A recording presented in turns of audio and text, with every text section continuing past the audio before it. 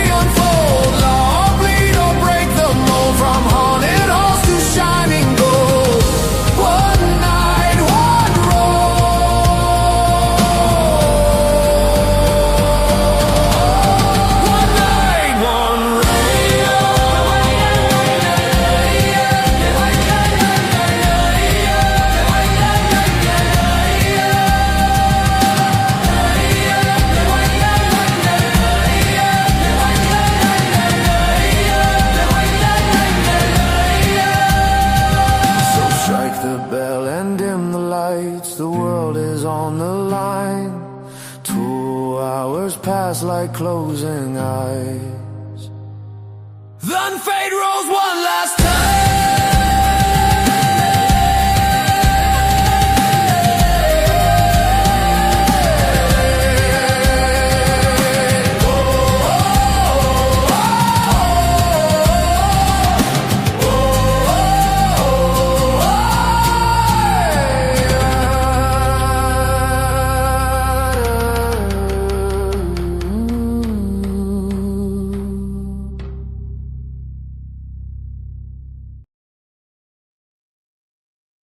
One night, one roll. Hey there, role players, gamers, geeks, freaks, and everyone in between.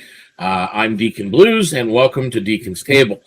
This is a wonderful, believe it or not, episode number 45, Mini Adventures. We've been doing this for a while now, and it's good to do. These are adventures made up of our Discord community, and we're going to meet that cast of wonderful characters here in a moment. But I do want to point out, I'm going to bring our banner up on the screen right off the bat because I forgot it last week. If you want to get that banner down below, it's going across the bottom.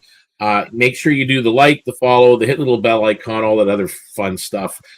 Really helps us out. And of course, if you want to follow us on the socials and join our Discord, go to link lnk.bio/Deacon's Table. And right at the very top is our Discord link. And you can join and roll up a character and have some fun with us. Either play on our text-based play-by-post, which is 24/7, or then we've also got, of course, our weekly streams and other things going on as well. So if you're into that, come join us. Come have some fun. So anyway, let's meet our characters down below here. We've got some brand new people joining us here this evening. But we're going to start off with one of our recent regulars, and that is Zahir. Zahir, you're over on the far side of my screen there, so and you are muted. I will remind you. Who are you, and who are you playing, my friend? I am Hugh, and I'm playing Zahir Asher, a desert elf warden. Think of it like a fighter druid type of combination, and I'm here for fun. Excellent. And next to Zahir is a brand new player for us, Seraphel. Seraphel, who are you, and who are you playing? You do not have to use real names on here, just like you don't have to use your picture. It's whatever you are comfortable with, because we are an inclusive community for everybody. So whatever makes you feel most comfortable. Awesome. Yeah, I appreciate it. Hi, everyone. I'm Ren. I'm going to be playing Seraphel tonight. They are a paladin of mysterious background, but they are a pretty fun individual, very soft-spoken in a way, but they're not afraid to put somebody in line when they need to. Excellent. Besides Seraphel, we have Xylia. Xylia, who are you, and who are you playing this evening? Hello there, I'm Jen, and I am playing Xylia Moonfrost Veyru. She is a wood elf druid, level 5. And Druid Circle of the Moon. Oh yeah, Circle of the Moon, don't forget that. Besides Xylia, we have Riptide, RT. Who are you, and who are you playing? I am known by RT, and I will be playing RT. She is a Mythweaver, Tidewalker, which is sort of a bit of a bard-like class. When we eventually get into combat, which I'm sure will happen, you'll see some pretty familiar bard spells, and it's pretty entertaining. Excellent. And then we have another brand new player with us this evening, and that is Narissa. Narissa, who are you, and who are you playing? You are muted, I think, at the moment. You shouldn't be. Sorry, I thought I pressed that button. I am Locke, and I am playing Narissa. She's a Tidewalker as well, but she is more of a mix between a rogue and a druid, sort of. Just here to have fun. Excellent. And as I said in the beginning, we joke about it. We're not professional streamers. We're just role players. We are just what I said in the beginning. We're gamers, we're geeks, we're freaks, and we are everything in between. And we're just hanging out. We have fun. We do some role playing, and we tell stories. And that's what this is really all about, is telling the story of this new wonderful world that we're all creating together, and the characters that is weaved in between them. So with that in mind, we are going to start MiniAdventures number 45, Beneath Cold Roads. Now, where we come across, just sorting my records here. Sorry about that. I'm not the most organized person as of late. Some of you may have noticed that, so it happens. We are going below Bloomheart Grove. That's the big thing. That's where currently Archie and Virex and Thalera and Thalia actually reside. Oh, and Celine. But no one's really seen Celine in the past month. Celine is actually a character who is a witch that actually lives in the Grove somewhere. Good luck finding her, but when you do, you'll know. So we do begin off. This is not coming up. There we go. I found all my information.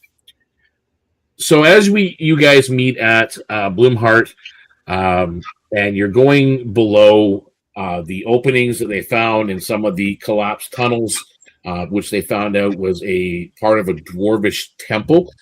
Beneath the Bloomheart Grove, there's kind of like a chasm that's opened up, and RT originally went down and did some exploration and just found out that it is definitely a religious space at one time, and it's ancient and abandoned, obviously. Cold, damp air rises through the broken chamber beneath Bloomheart Grove.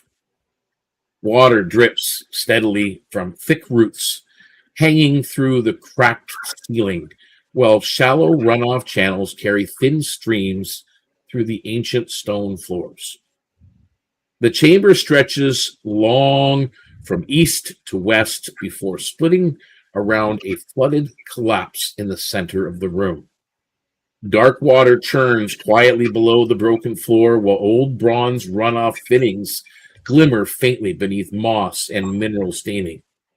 Across the flooded divide stands several pale figures, clutching stone hammers and rusted lanterns. Their wide, pale eyes remain fixed on your movements, while distant knocking echoes slowly through the deeper stone beneath your feet. Somewhere far below the temple, something is shifting. What do you do? I will.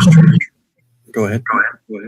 Archie will step forward and wave to the hollow tappers, assuming those are the pale figures who are in here Yep. right now. She'll step forward. They are hollow tappers. I don't think I brought a picture of them with us. Well, maybe I should do that while you're telling me what you're doing. Sure. And she has preemptively cast tongues on herself, so she'll be able to communicate with them clearly. And Okay. she says, Excellent. "These are my companions. We are trying to figure out some more information on what's going down here. I'm sure you have noticed the movement of the sleeper."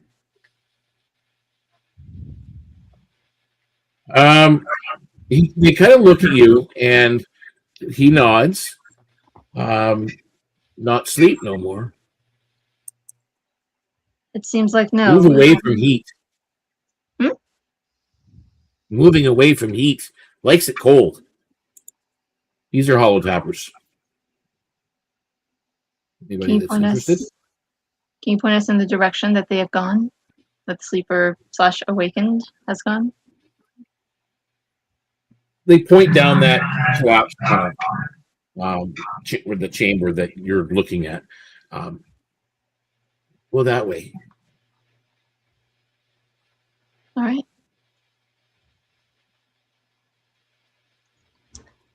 Xylia asks, you could tell us exactly what the sleeper is?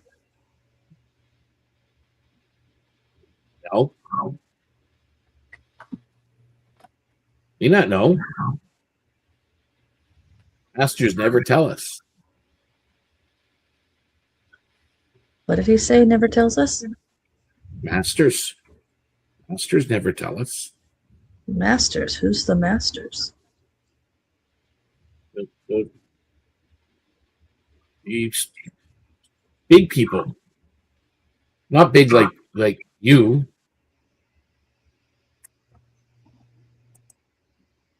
But big, stocky, muscles. They used to live here, The dwarves. and we helped. We cleaned up. We look after things. We watch. Thank you. And then one of the other, there's a small group of them there. One of the other ones says, they call them dwarfs. Of course. They were good. It just one day, not here. One Did not know day. what to do. So you don't know what happened to them either. No, they were here, and one morning we came in, and they're not here. They're gone. Never came back. Oh, my goodness. How long ago was this? Any idea? Scratching his head. There's an older one sitting there going, before my days. Definitely before me. My father, when he was young, he knew them. I think his mother was working here. I think she was part of this one.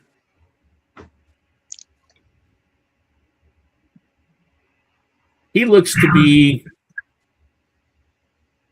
if you are correct, and you guys have, you've kind of put together the pieces that they seem to be descended of the Planestriders. Yes. Planestriders age probably not as long as humans. Maybe to about 60 to 75 years of age. And this hollow tapper, he's getting up in years. So he's maybe 70. Yeah.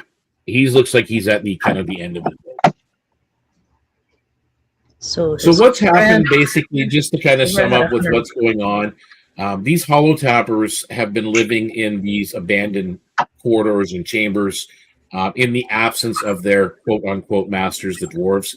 But lately, they're restless, and they've been tapping on, and why they call them hollow tappers is because they spread word and messages through tapped signals underground. And it can transfer for miles. They can hear it. So this sleeper, that as RT has known to call it, is something, or they assume it is a creature below the surface that is coming close to where they've been calling home, and they don't want to be displaced. So they're panicked at this point. The clusters of these creatures or the species or whatever they are, they just seem, again, they're scared, and at the same time they're still hopeful, but they're spreading the word, they're tracking it as best they can, not for the fact of its location, just so that it's away from here. That's all they care about. Great. Okay. So shall we move on? I suppose we shall. So you've got an area ahead, like you've got this corridor, which has a doorway at the other end. Heavy roots are hanging from the ceiling and walls. There is water movement, like water's running off and dripping through channels and different things. You can definitely, you're not sure of your footing under the water. You can definitely try to, track that with a survival if you like. Maybe find some more of where the dwarvish paths would have been, or their pathways, their markings, or just to keep an eye on the floor, make sure nothing's moving.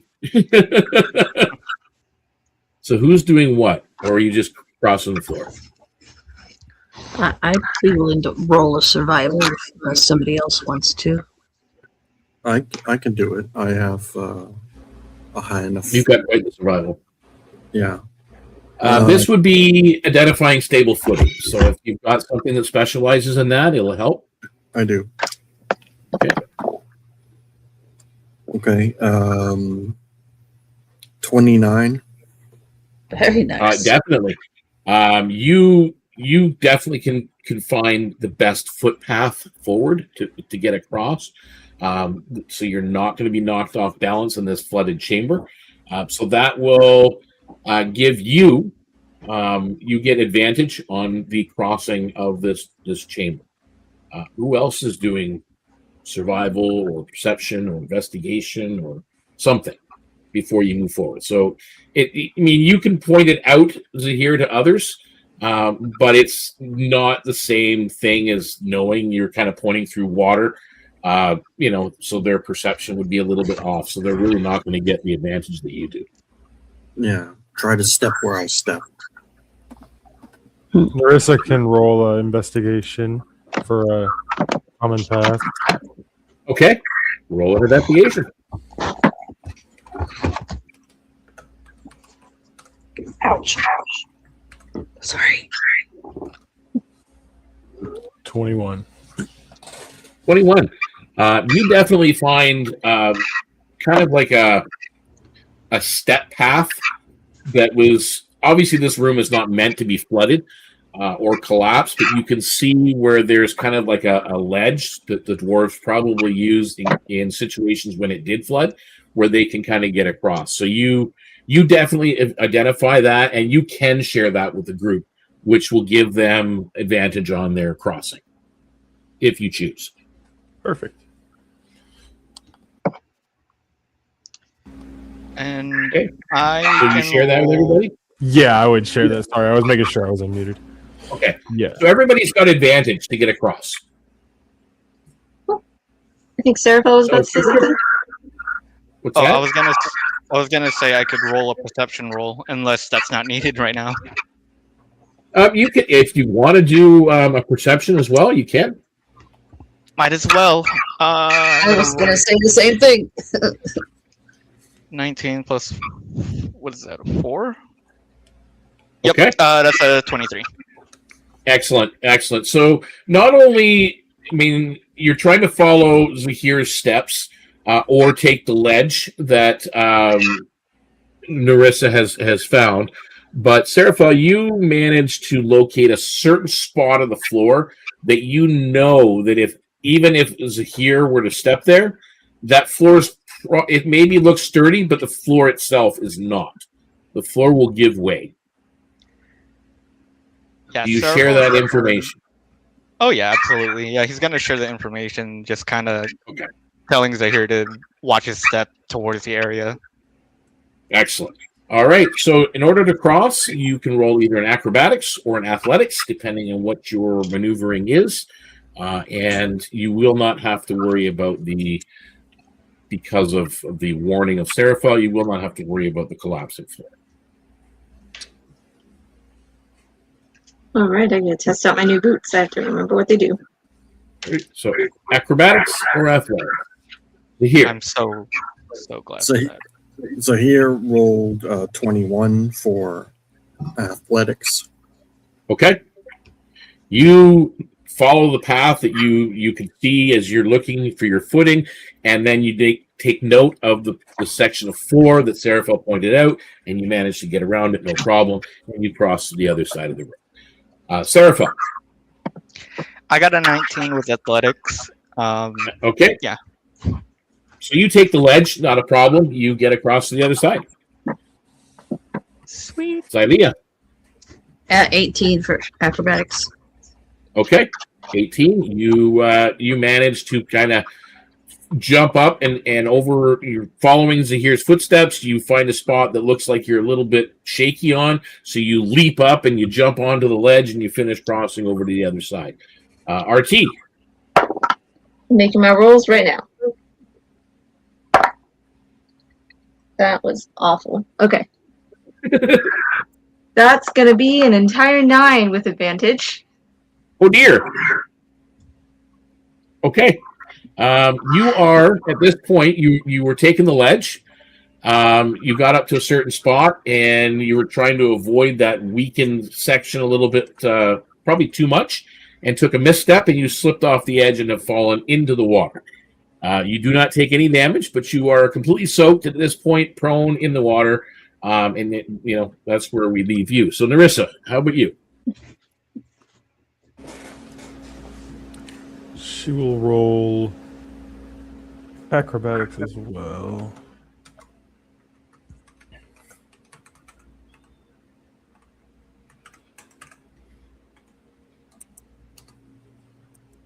$12. 12? Yes. Okay, so you're kind of going across. You're taking the ledge, of course, because you're the one that found it. You see just ahead of you, RT is going, and she goes to take a step, and you see her slip. And of course, being a fellow, tidewalker, you reach out to try and grab her, and you slip and fall into the water as well. Taking no damage or anything, you're just completely soaked and now prone on the ground. So 3 of you have made it across, and you're looking back, and you've got 2 individuals in the water. What are you 2 doing, RT and Nerissa? Out of all the things, out of all the places for me to fall, The water's not going to bother me. Artie's going to climb back onto the ledge and cast Prestidigitation so the water returns. And just continue walking along the edge, trying not to fall again. So you get across, not a problem. What about Narissa? What do you get? What are you doing to get out of the water?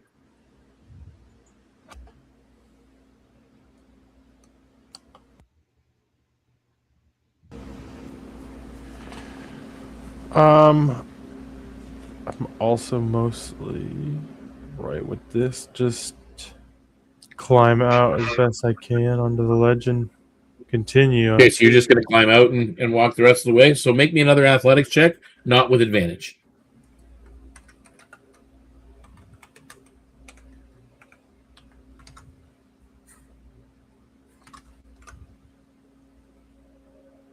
Four. All right. Said 4. 4? Okay. 4. You're still in the water, splashing about. You just can't get a grip. Climb out. Anybody on the shore want to give my hands? Zahir will go back and assist. Okay. So, Zahir, you can make me an athletics check. 11 plus 9 is 20. Okay.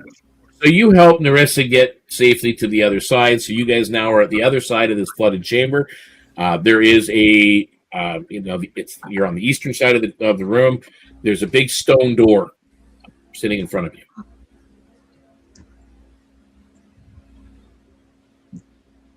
Take a look at the door and see if we can tell a mechanism for opening. You don't see any mechanism on it. Like it looks like a big salt. You know it's a door because you can see the creases on the inside. It either slides sideways, up, down, or you push it. You're not sure. There's no handle. There's nothing like that. No mechanism that you can see.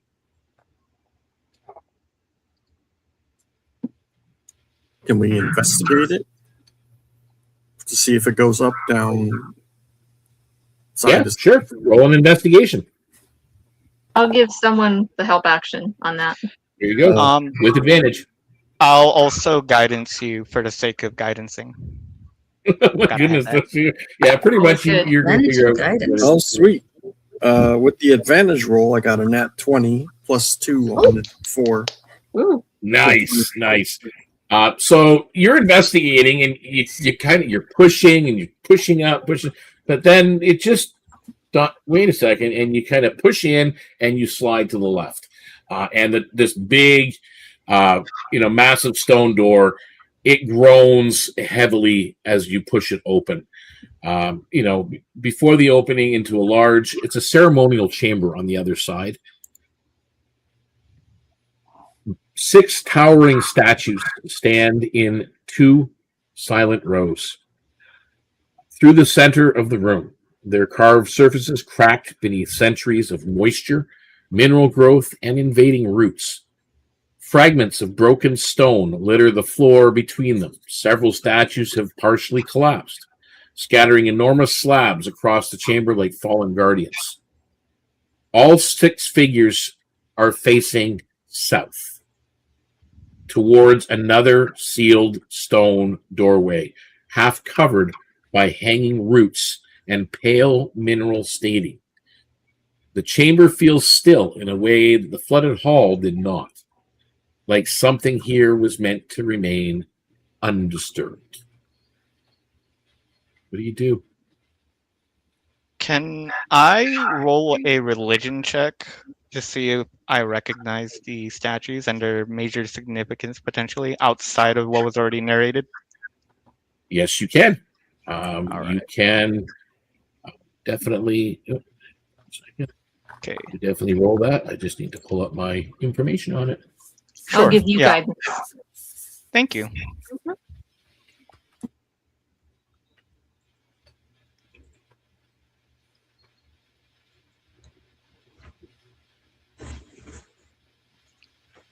And lovely DM, just let me know when you're ready.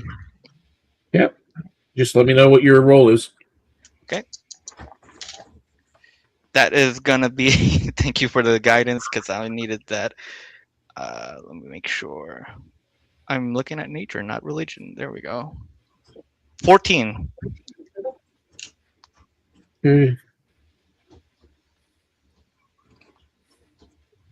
Look it up. Find it quick. Where is it? Okay, so as you're looking and you're spending a little time, you've kind of gone into the room, looking at these statues to take a closer look and investigate. The worn stone faces stare silently southward beneath the hanging roots and mineral stains. The 6 statues, they're not gods.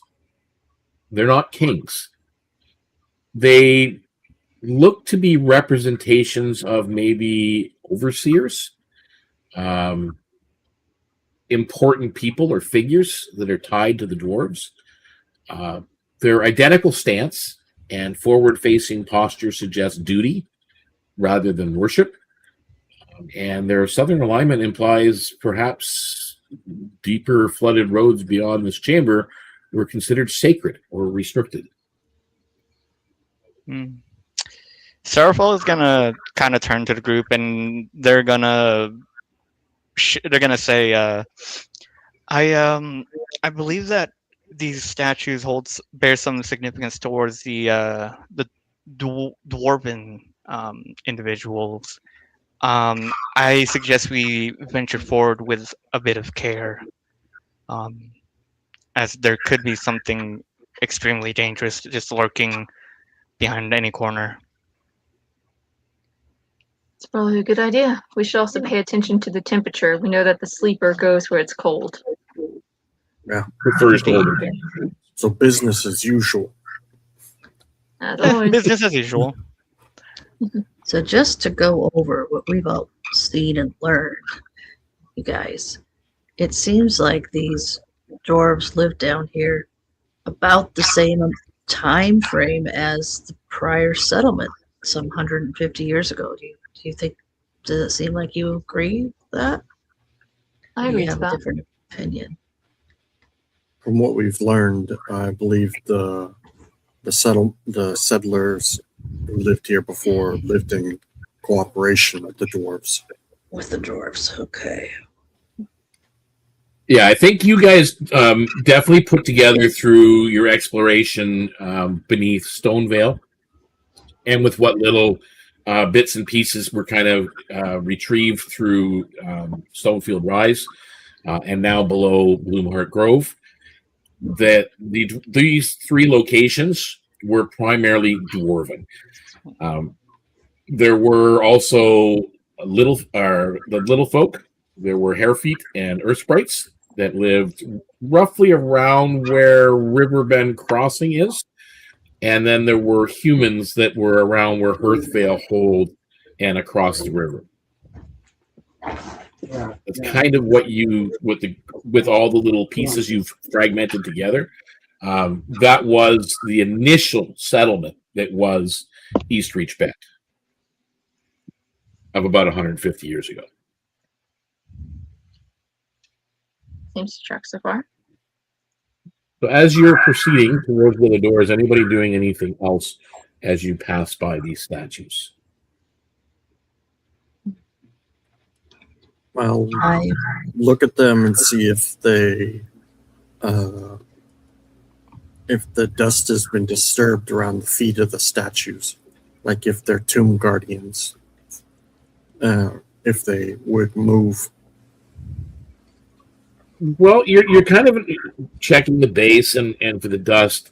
You do notice one thing. Something just doesn't seem right about the one. Roll me an investigation check. You're getting guidance. Oh, guidance as well. Okay. That'll be a 19. Okay. You see one of the bases. It's not just dust. It's actually partially collapsed. And as you clear away some of the stone and you're investigating for it, looks to be an inscription on it. Some markings. Do you speak Dwarven? I do not. Does anybody speak Dwarven? Well, RT has tongues up, so she might be able to read it. I believe I can. Okay, so you read it. It is definitely Dwarven inscription. And it says, the flow must be watched. The flow must be watched. Yeah. Anybody else doing anything as you're crossing the room? Xylea would be looking around the chamber just to make sure that there isn't anything else unpleasant if the holotappers You're just come kind of doing down a here. casual glance around.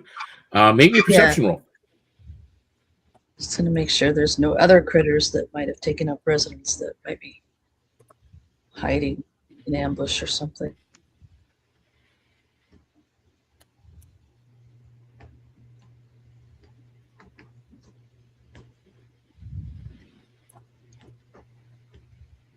That would be a 26. Okay. You notice as you're kind of glancing around, you're looking for other critters. Now, you don't see any other critters or anything, but you do notice something very unusual about the design of these statues. Each statue bears faint carved channels across their chest and arms, shaped almost like water runoff grooves, allowing the flowing of water and currents. In ancient dwarven temple traditions, it could be associated with sacred runoffs, purification systems, or guiding of deep waters when they were doing their mining and everything else below. Just what you notice as you're crossing over to the other door. Xylea would point that out to the others, saying perhaps these statues had a functional use as well as just what is the word we said before? As well as a warning to the deeper chambers. And she points out those grooves like water runoff. As RT was down there, she's also going to ritually cast Detect Magic to see if the statues are magical. Okay. There is nothing magical about the statues. Narissa will investigate them and see if she can find any mechanisms. Okay, roll.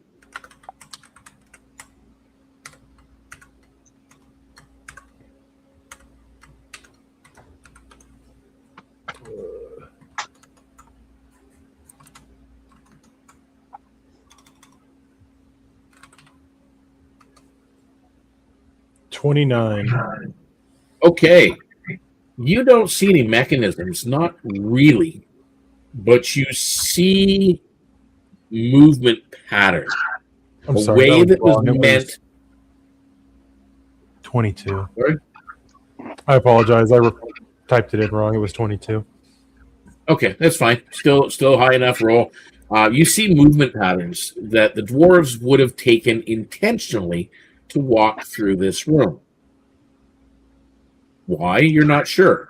But you see shifting stone plates on the floor.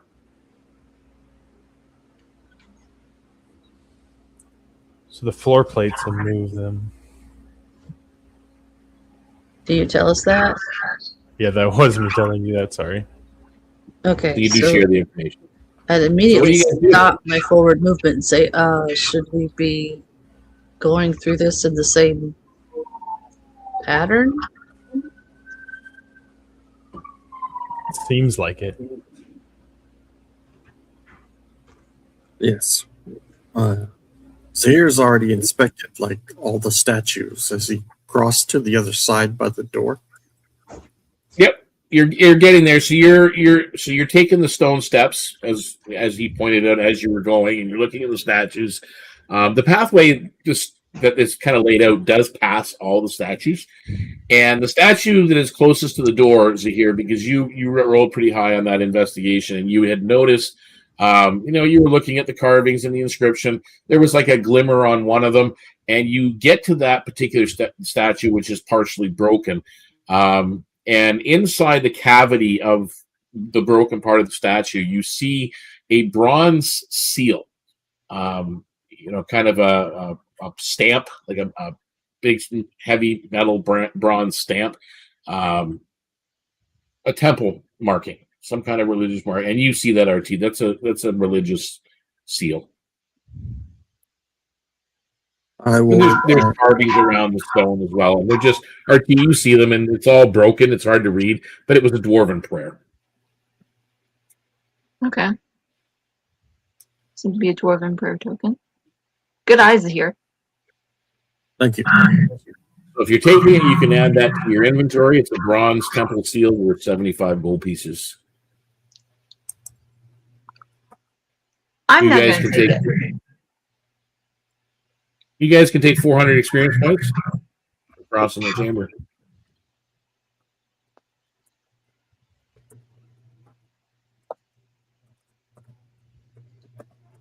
This door opens the same as the last. Push and slide to the left. And as the door opens, the southern chamber curves into a perfect circle beneath the earth. The northern half remains above water, while the southern side slopes downward into dark flooding beneath a submerged archway.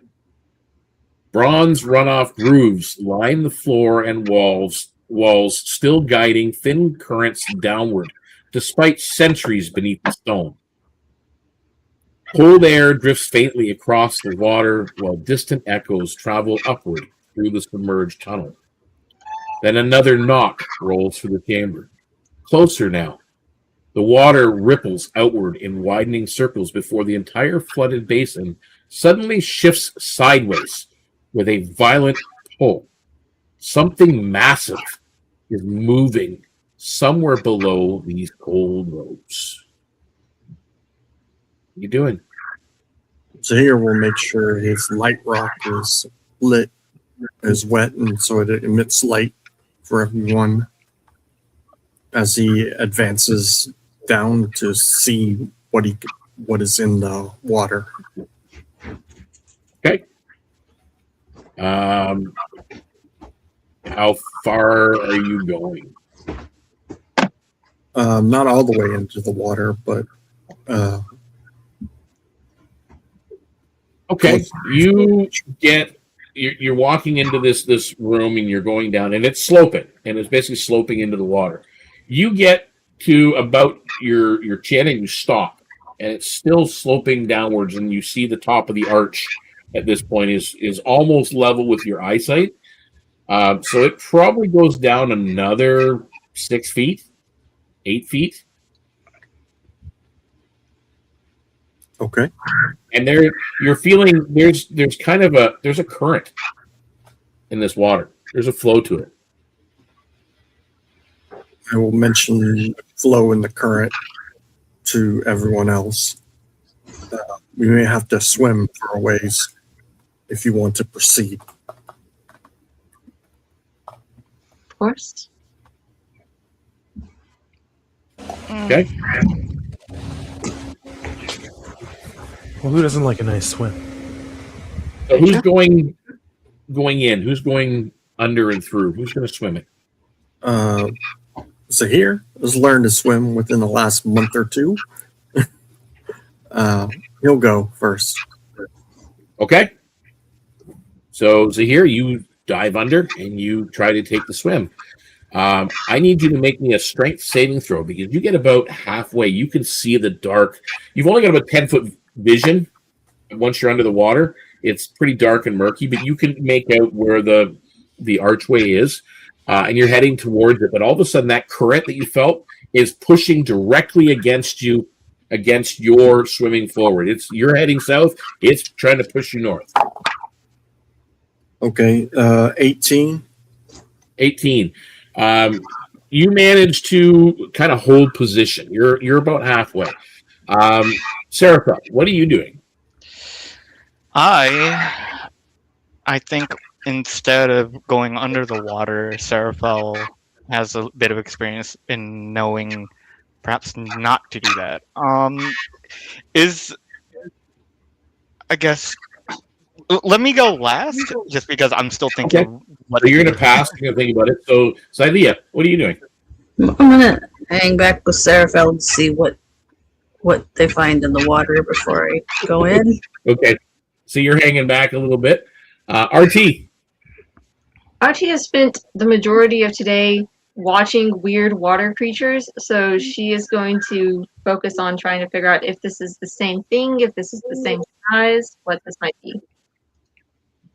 Okay, so you're doing a little bit more investigation before you go for a swim. Okay. You can make an investigation check. What is my investigation? I normally don't do that roll. Let's see. I believe I have a +1, but I'm going to just check to see if I still have a +1. Yeah, investigation is +1. Okay. Just curiosity. This is all fresh water, right? It's not seawater. You don't know. Have you tasted it? Well, no, I haven't swum in it yet, but You know, I am technically in the grove. I can re-roll that. Yes, you are in the grove. Actually, you're underneath it. That is not better. I'm going to change up my dice in a minute. Okay. 9.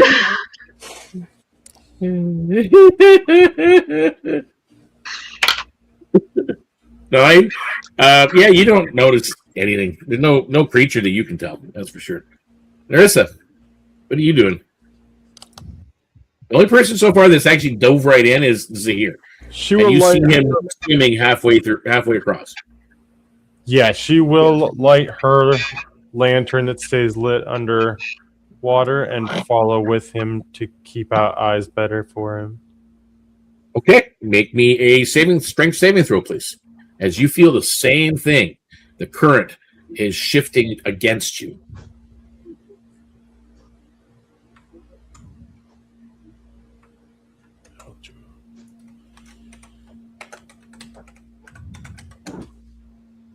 Seven. I'll just add a 1d6 to that.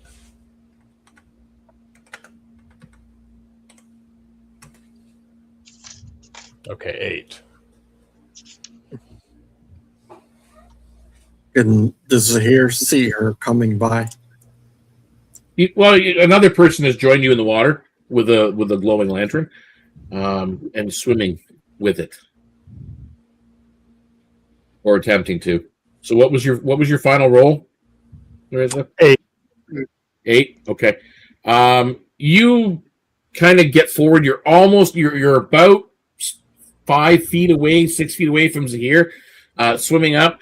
All of a sudden, the current catches you and pushes you right back to where you started.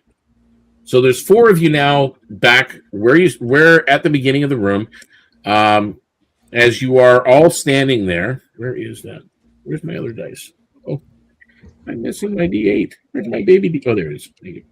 Zalia says, Narissa, you couldn't swim it? It's too strong.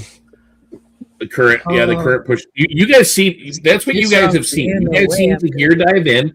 Zahir got about halfway, and then all of a sudden, he's not making any progress forward, but he's still there. Narissa tried to do the same thing, got almost up to where Zahir is, and all of a sudden, the currents just pushed her back away, back to the high end of the slope, out of the water. As you do that, so with the 4 of you that are remaining on this side, I need all of you to make me a dexterity saving throw.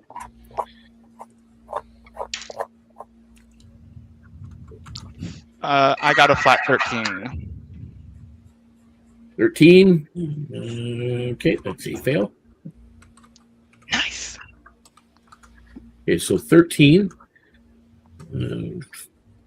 As you're standing there, the one of the cracks under your feet in the stone erupts with a gush of this dark, murky water, and you go flying 10 feet up in the air with this jet of water that comes out of the ground, and you take 9 points of bludgeoning damage, and you're prone as you're there. Next, Xylea. Nice. Well, Xylea was standing back out of the water. Yeah, I know. Confused. That's why you're making a dex check. Oh, well, that's a 9. Okay, same thing happens to you. One of these small cracks it's all, keep in mind, this is all at the same time. It's not like it's going 1, 2, 3, it's like all of you go up. So you go flying 10 feet in the air. You take 9 points of bludgeoning damage and you fall prone. RT. I'm having such a great time. So give me 1 second. Okay, I'll pass for you now. And Narissa. I got it. I'm just trying to find my roll again. Okay, so my dexterity is a base 3. Dice, just play nice with me, please. That's a 7. I'm confused to what threw us in the air. Jets of water that are erupting out of cracks in the ground. RT, you take 7 points of bludgeoning damage and you go 10 feet into the air and you are prone. Narissa. 19. 19. You basically get shoved like 5 feet back, almost basically to the doorway, and you will take 3 points of bludgeoning damage. Okay, so here, you're halfway, you're swimming. What are you doing? You're having a hard time. I will continue forward. Okay, make me another strength saving throw, please. 22. Okay, you manage to get to a spot where your hand is on the actual archway, the stone archway. Your head is kind of surfaced above the water. The current has stopped where you currently are. It just stops. Okay. Seraphel, you see Zahir reach the other side. You see his hand on the top of the archway.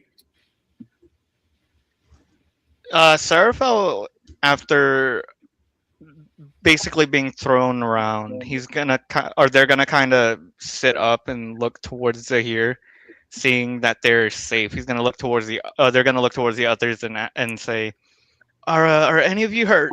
Like badly injured?" Well, not badly. Pride partly, but yeah, that landing was not nice. So I'm a little bruised up, but I'll be fine.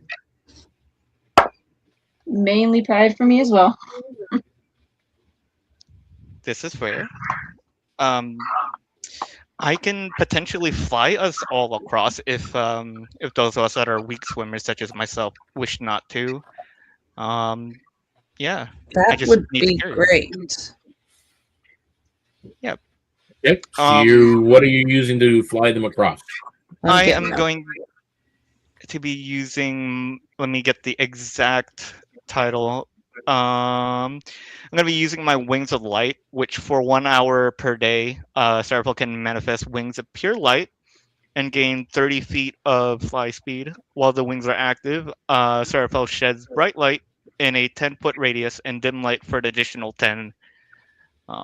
Okay. So yeah, he's gonna one at a time, obviously. Yep. You take everybody across. Nice. You get to this spot by the archway, and you're holding on to here. You're the first one to notice it. There's a small ledge to stand on both sides. It's just dark stone. You couldn't really see them from the other side, but you can actually get up out of the water. Seems to be level with the top of the archway. It's almost like it was probably a walk path at one point. Okay. But you see that, and the water starts to churn. Okay. Are the others with me, or are they about to come over? The others are all basically being flown over, and you notice it, and you point it out as Seraphel's flying them over. So everybody gets to stand on those on the kind of the ledge area in the kind of in the middle, I guess. is the best way to put it. I'm just trying to figure out where my note was for this. This is and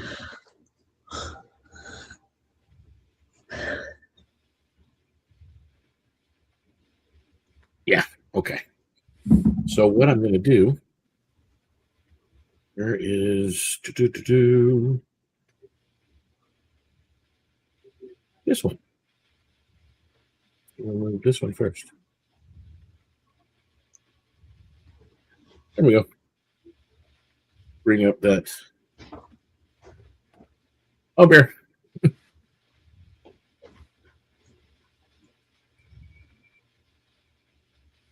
Okay. Not quite the way it exactly looks, but I'm going to use this as a battle map anyway. It's the closest thing I can find to it anyhow that works. So you've got water around you. You're on kind of like a platform, a ledge with there's an opening that is under the water that you can swim to, but the water is kind of starts to churn violently. You're not sure why or what's going on. So what's everybody doing? Zahir will help people get up out of the water. If you said there was a ledge. Yeah, you're standing at this point. You're able to help everybody up. You help Serapho get everybody up on this. It's not dry. It's like wet stone. But you're standing there. You'd have to still dive under the water and go through the portal, the archway, to get through to the other side. But as I said, you get to this point and the water's kind of going nuts. There's something coming up. Everybody make me a perception check. Okay. Nat 20 for a 29. Okay. I got a 21. Dirty 21. 19. 19 also. 20.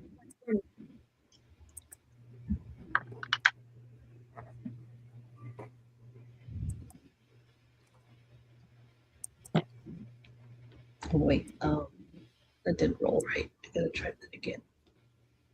Okay, and then just to kind of get a little closer. What you see? Actually, 4 of them. that's a 28 for Xylea because it didn't roll my advantage. Just showing you what you see. Yeah. There's 4 of these things that have popped up out of the water.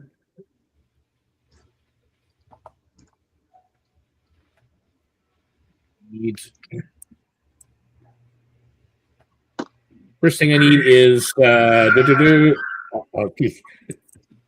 words. Initiative. That's it. That's the word.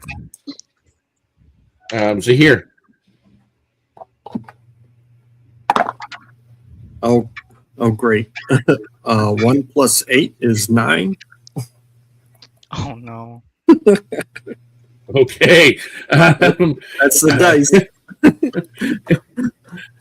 Narissa.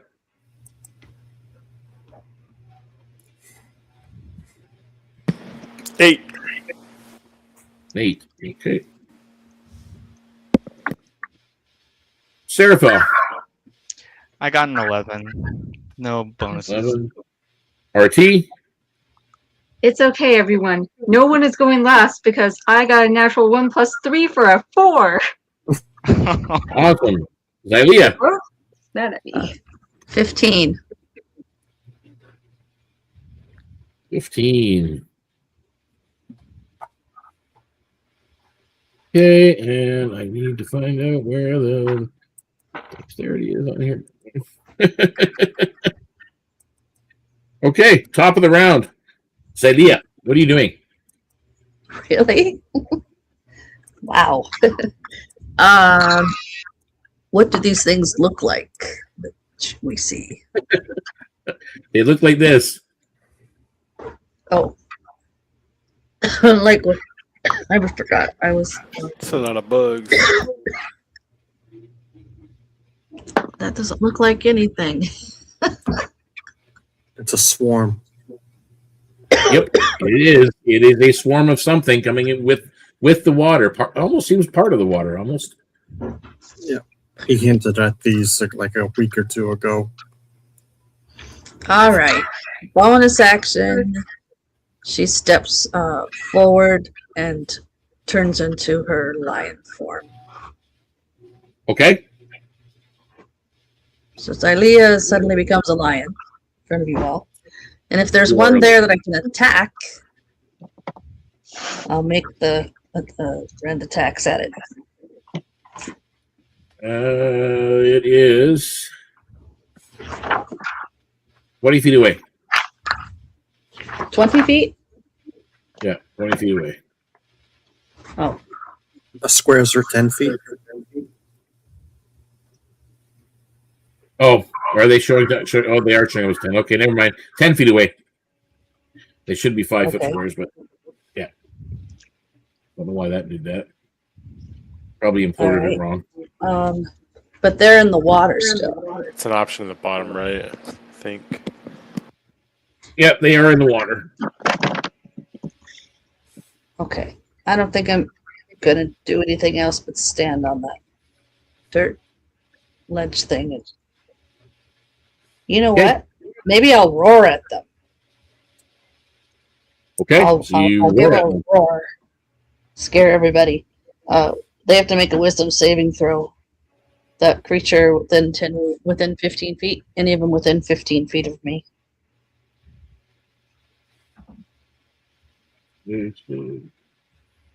Them, not him, and then not him. DC is 11. 11? Yeah. All right, they're not going anywhere. None of them are scared of my Nope. roar. Okay. That's it. Okay, so that's it. We go to next on the list. That is Seraphel. Nice. These things, in the split second that Seraphel can gaze upon them, do they look outwardly hostile or more so curious? Oh, it looks like they're not happy that you're here. I see. What I am going to do. Who is our party bard again? Bard adjacent, at least. Me. RT. Okay, RT, you're gonna get, as a bonus action, I'm gonna cast Sanctuary on you. DC for that is gonna be 14 if they hit you. So if they do, I'm sorry, low rolls. And as an action, I realize I don't have that specific feat, so I'm gonna have to hit people. So 5, 10. I'm gonna. Let's see if I could ping, or I could use a pointer. This one that I'm closest to, I'm going to strike. Okay. Roll. Let me see. It's a +5 bonus, so I just rolled a 7 + 5. That makes it a 12. 12 will miss. Okay, and that will be my turn, and I'll be right back. Okay. Excellent. That is your turn, so we move on to Zahir. Okay. Zahir will enter Guardian stance, and then he'll cast onto the two that are on the left side of the screen over here, Nature's Grasp, which is a 10-foot radius effect. Let me see. They have to make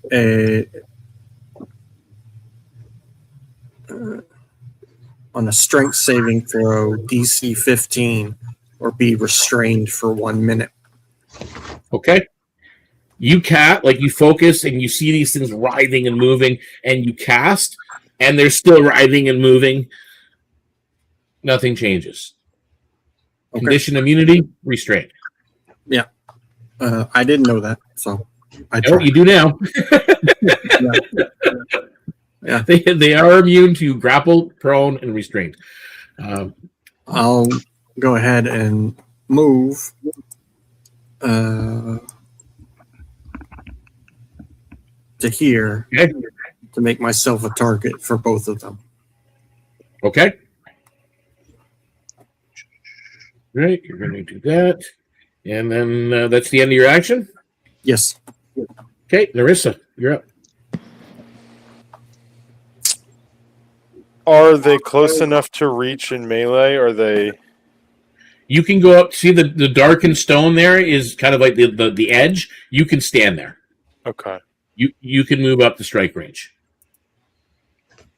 Yeah, I think she'll just move forward and attack with her sword twice.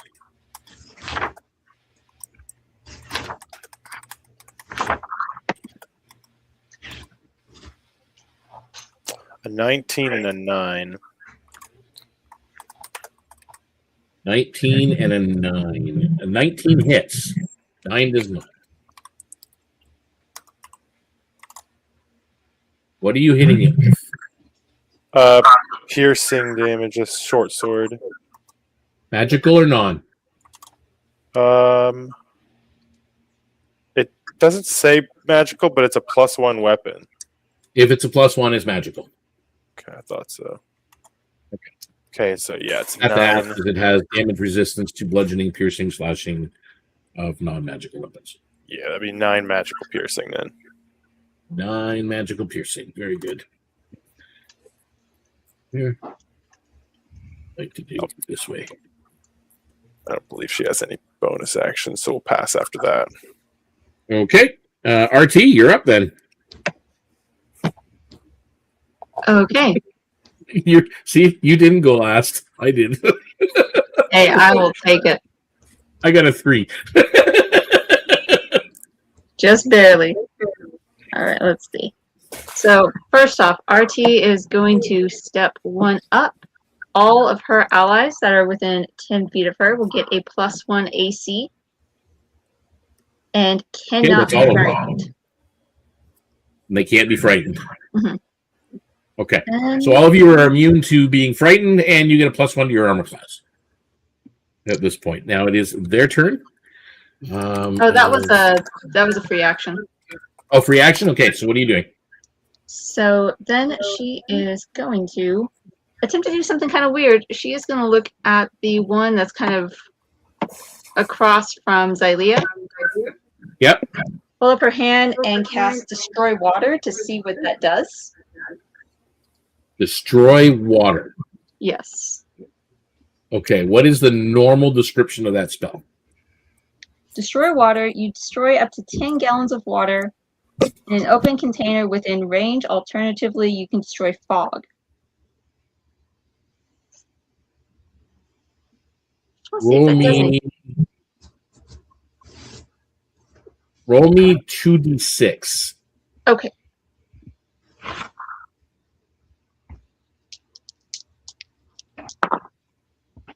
Ten.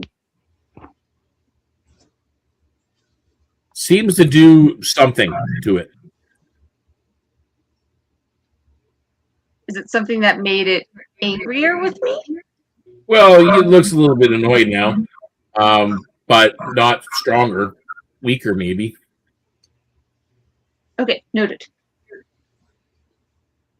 Okay, so is that the end of your turn? Yeah, that's going to end your turn. Okay.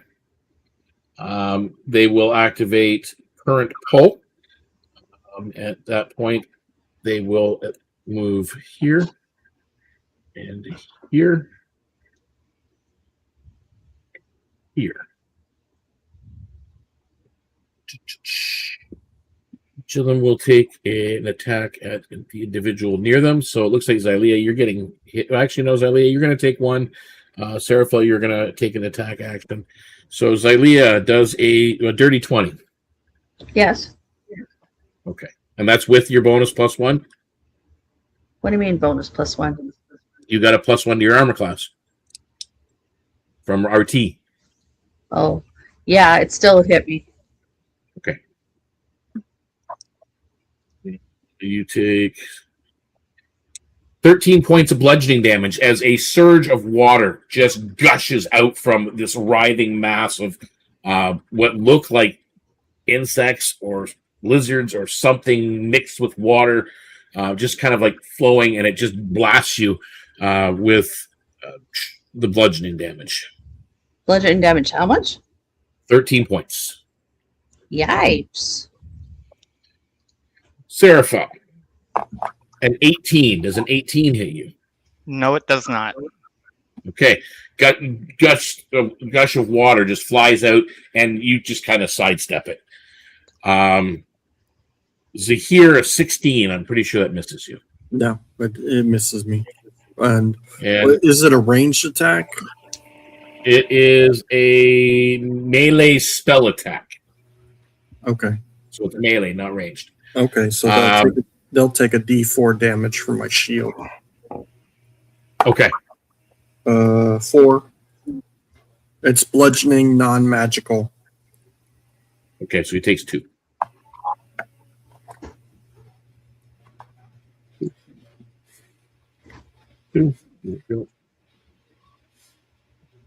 And Neri, does a 17 hit you? Yes, barely.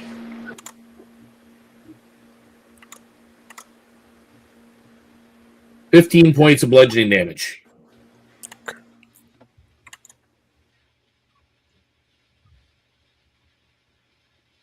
Their round.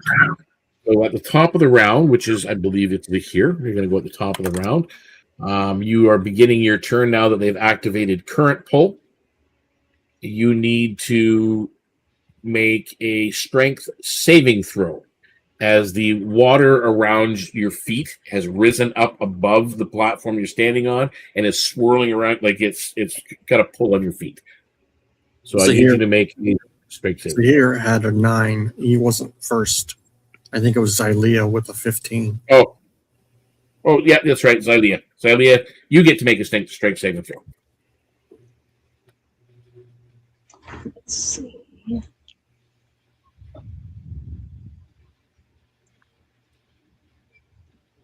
So to do a saving throw, how do I figure that again? I don't think strength is one of your proficient saves. I think my lion form, I can use their strength saving throw. And just roll the strength and add their bonus. So I roll a d20 and add their D20 plus and add their 3. bonus. Okay. Plus 3, yeah. Hold on a sec.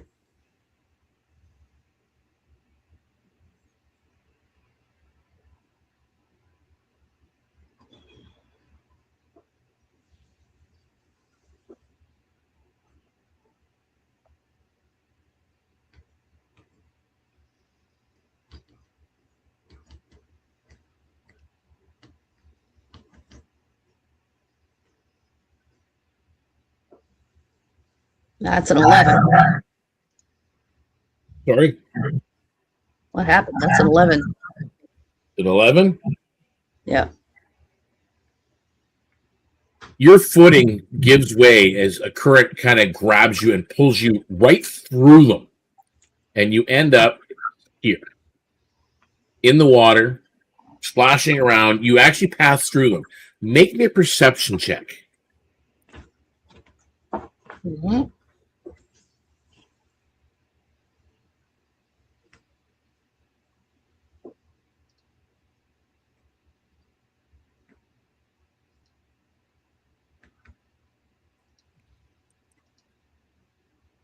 That is 22. 22.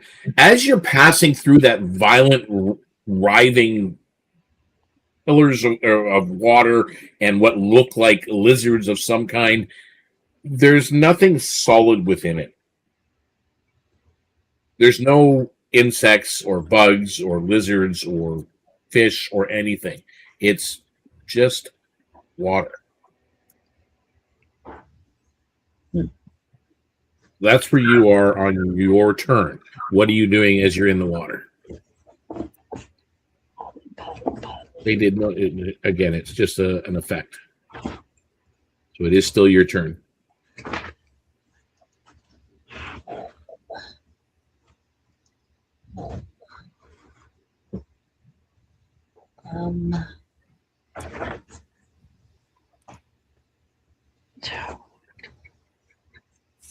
I don't know what I'm doing in the water. Let's see. You can swim back to the ledge. You can climb up on a root. You can. Yeah, I'd swim back to where I could get up out of the water. Okay. And then I'd turn around and cast Starry Wisp at the water thing that just pulled me through it. Okay. So you're going to cast that, but as you are getting up on the thing, it does get an attack of opportunity on you. But go ahead and do your casting first. I'm sorry for not being as organized as I usually am.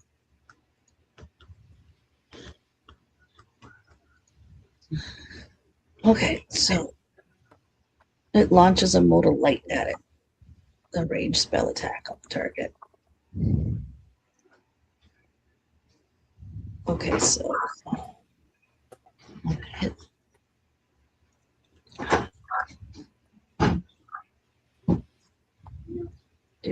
Do.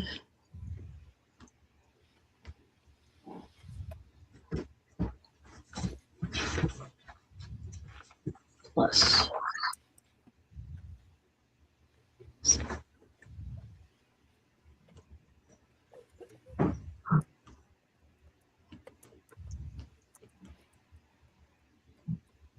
Okay, that's a 19 to hit. Okay, that hits.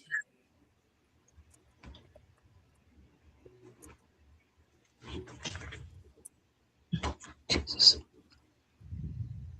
I'm having to go back and forth here because I can't get the other thing page to work.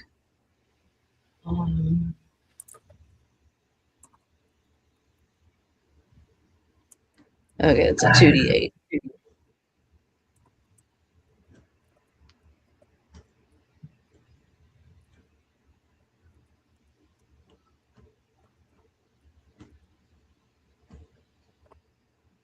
Seven points of damage. Radiant. 7 points of damage. Radiant damage. Okay. Seraphel, make me a dexterity saving throw. Or sorry, strength saving throw. Sorry, strength. All right. That's going to be a 15. Okay. You almost lose your footing, but you manage to stay put. What are you doing? It's your turn. All right. And the information that all we're fighting is water has not been shared to us, correct? Nope. You're in the middle I was of the combat. going to, but I forgot to say it. That's okay. That's okay. Next round, you'll get it. Or at the end of this round, she'll do it as a free action. Yep. So Seraphel is going to move 5 feet this way and hold position there, and we're going to strike the most top of the water spout thingies with my beautiful silver veil longsword. Wow, that was a dirty 20. Okay, nice. I like these dice. It hits. All right, I'm going to be rolling my D8 once I find it. So D8 plus 12. Magical item. I'm sorry? And that's a magical item. So. All right. It is going to be 9 slashing damage. Okay, here we go. At the end of your turn? Yes, that will be the end of my turn. Okay, so here you're up. Okay, so strength saving throw. Yep. 16. Okay, same thing. You almost lose your footing, but you manage to stay put. Okay. I'm gonna hit it with my warhammer.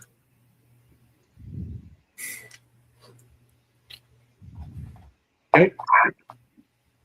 I'm just getting all my dice ready. Yep, that's fine.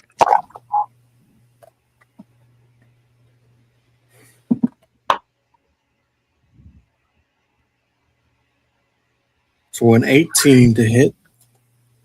That hits. Okay. 10 non-magical bludgeoning, 2 fire, and 8 thunder.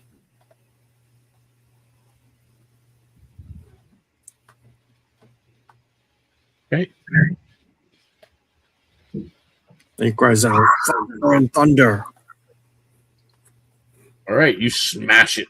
Some of these things go flying and they seem to fall into the water. That is Narissa, you're up. RT, you're on deck. Am I making a saving throw or? Yep. Everybody at the beginning of your round, including RT, you'll be making a strength saving throw. Just making sure. That is a 0. You failed. Okay, so Narissa, you end up over here. Roll me a perception check. Okay.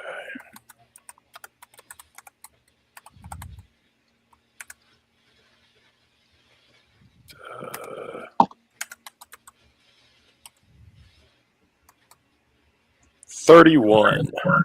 Oh, geez. Not only do you know that these things are water, this is an elemental form. These aren't actual tangible insects or creatures.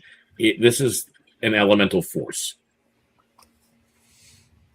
that's shaping into the shape of these creatures.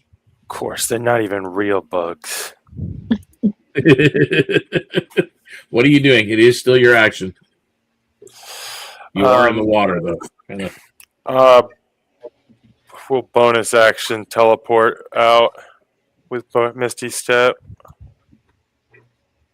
And where are you going to go back? Right where you were? Or? Yeah, probably back where I was. Okay. Misty Step back in. We'll just attack again. Tell everyone that they're definitely not real bugs. Okay. So you do as a free action, you yell out, "They're not real bugs." What are they? It's just water. That's what Xylea was going to say. They're not real. They're just water. But real all the same. That wasn't a real roll. Water can hurt.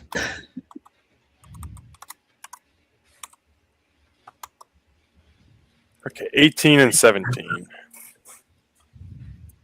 Both hit. All right.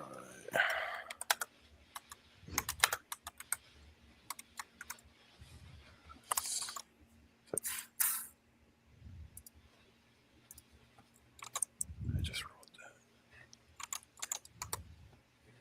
All right, it'll be 10 and 5, both piercing magical.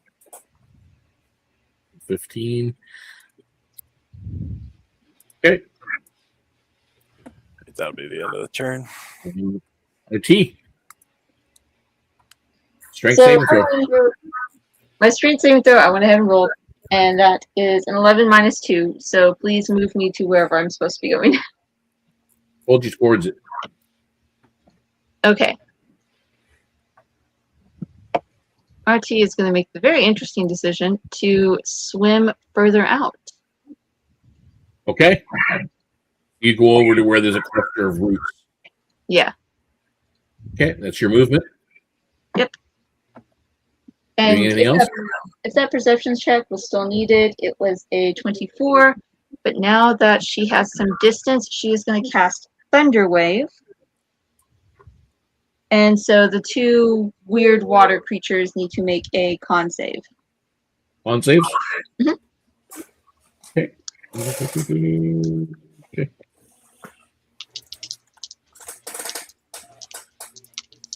$19. So 5 and a 19. So one of them obviously saved, the other one did not. Okay. So that is... One of them has taken 12 points of thunder damage. The other took 6.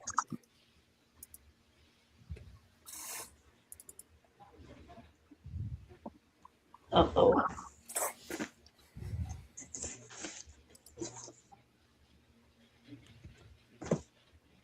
Okay. May be healed. Is that it? Yeah, that's going to be it. Okay. It is their turn, and they are just going to attack outward. An 18 to hit Neri. Yeah, that hits. Yep. 18 points of bludgeoning damage. Zahir will use Earthen Bulwark to block a D10 points of that damage. 6. So only 12 points of bludgeoning damage. Yeah. Okay. So Neri, you take 12 points. All right. Here, one in front of you is a 21 to hit. No. Nope, it misses. It takes a D4 bludgeoning. Okay. 3. So I guess it's non-magical, so 1. 1. Okay. The one in front of Seraphel. It's a 16 to hit you. 16 does not hit. Okay. And Xylea, that is a 16 to hit you. That would miss. That would miss. Okay, so they all miss. We are at the top of the round. Xylea, it's back to you. You need to make a strength saving throw.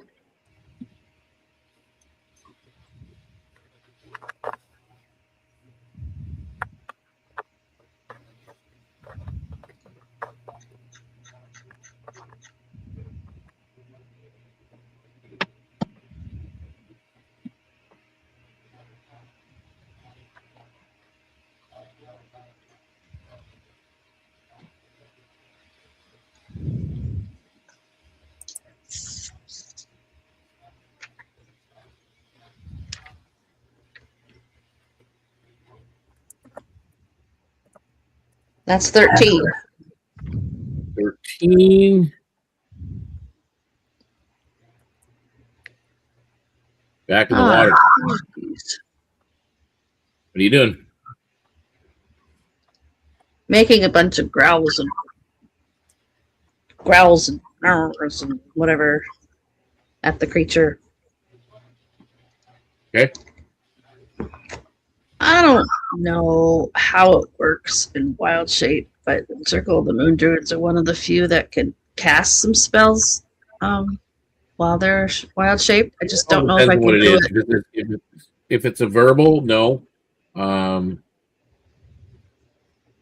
yeah, you can cast certain spells. Like, what are you trying to cast? Well, I just don't know if I can do it while swimming around in the water, since I've got to kind of. Well, there's you still have your movement, so you can get a footing over on the roots over where RT is. You can try to swim back, or you wouldn't be able to cast a spell while you're kind of treading water. Right. Well, yeah, if I can get up on the roots there, is that closer? Yep. So you get up. It's not closer. You're still to where I was. You are 30 feet away from one of them. Oh. Or still 30. Be 15 feet. Sorry, 15 feet. Okay. And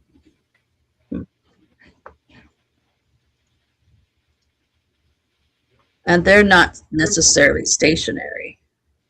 No, they're moving. They're right. They can move. They've moved already once. They just moved closer to where you guys were.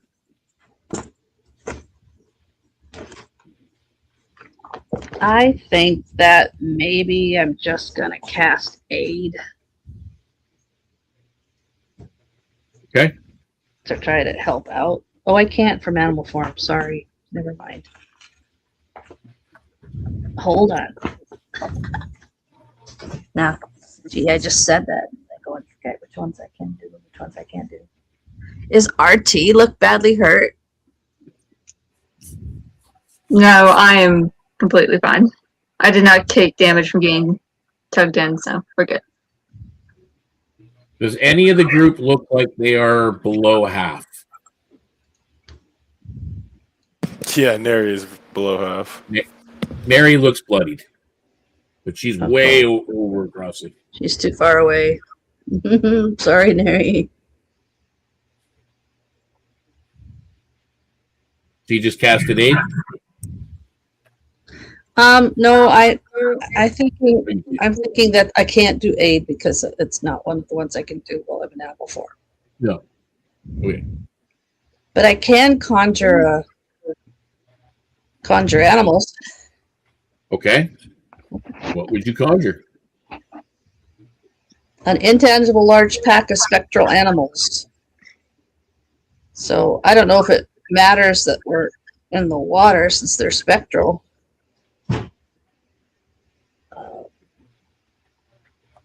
But I would conjure like something that can go in the water, like some constrictor snakes, maybe.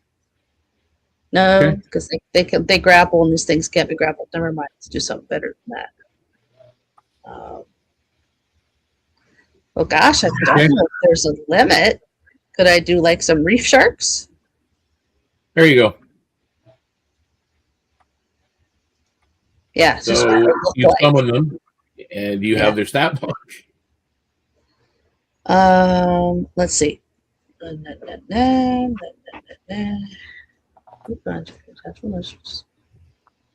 That covers areas effective damage degrees. When the pack is relocated. Let's see. Apparently, they do slashing damage. No, because it'd be a bite. Oh, you're right. Okay, I gotta grab it. If they bite, it's a piercing. I am looking it up. Reef shark, medium beast, unaligned. They have pack tactics, advantage on attack roll if at least one of the allies is within 5 feet of the creature. Yep.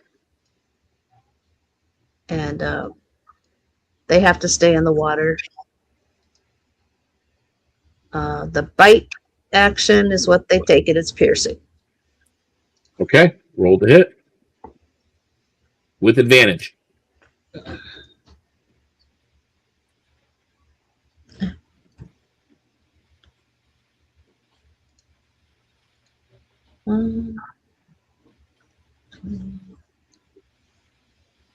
Plus 4.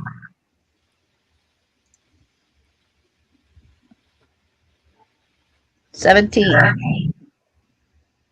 That hits. Okay, that's 7 piercing damage. All right. And I am going to make a ruling that because it is from a summoned creature, it is magical. Okay. Great. Okay. And that's your action? Yes. And this around. Seraphel. You know, hold on. 5, 10, shoot. Okay. Here's what Seraphel is going to do. They're gonna yell out and say, I have an idea. If everyone can please regroup on me. And Seraphel is going to prepare. Let me pull up the actual name because I was looking at my backstory. They're gonna prepare Soothing Pulse, which for the instance in chat, that is going to be a once per long rest. I don't know if it's an action or bonus action. It doesn't say, but basically, I could calm creatures within 10 feet of me. So I'm just preparing that, trying to wait for all the creatures to kind of get in closer, pretty much. Okay. You sure that's going to work on an elemental? It's not a creature, it's not a beast. Oh, is it? Okay. Yeah. I like the idea. It was a great But I don't know what that works on. Yeah, that's fair. That's fair. Well, Leah's got a point. They're not beasts.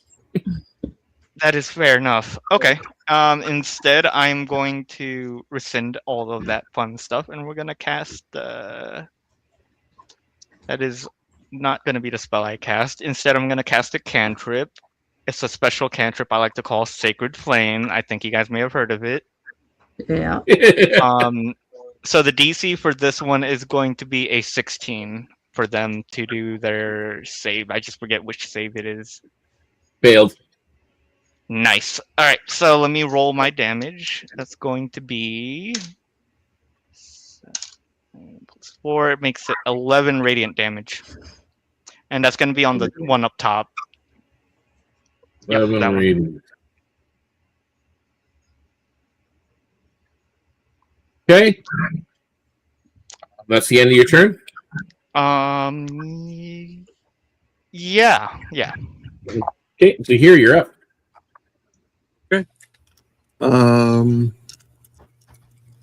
I'm just gonna hit the one in front of me. Okay. For 17. That hits. Okay. 9 non-magical bludgeoning. Okay. 3 fire. And 10 thunder. Oh, and they have to make a DC 15 strength check or be knocked back 10 feet.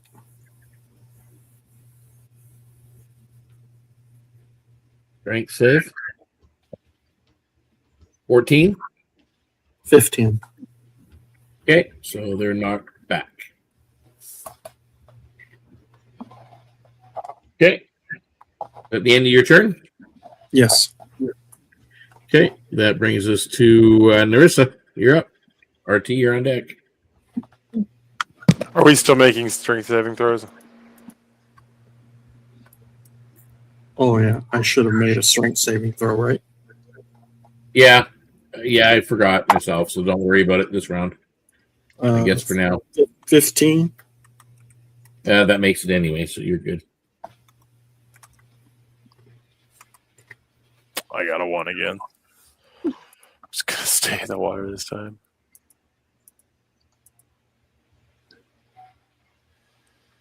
Yeah, I'm going to use my bonus action to second wind. Here we go. So 1d10 plus 5.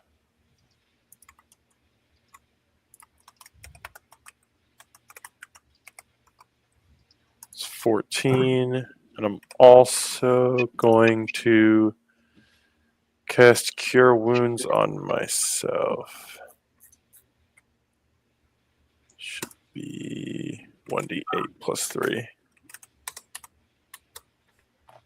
So I'll get 19 total hit points back.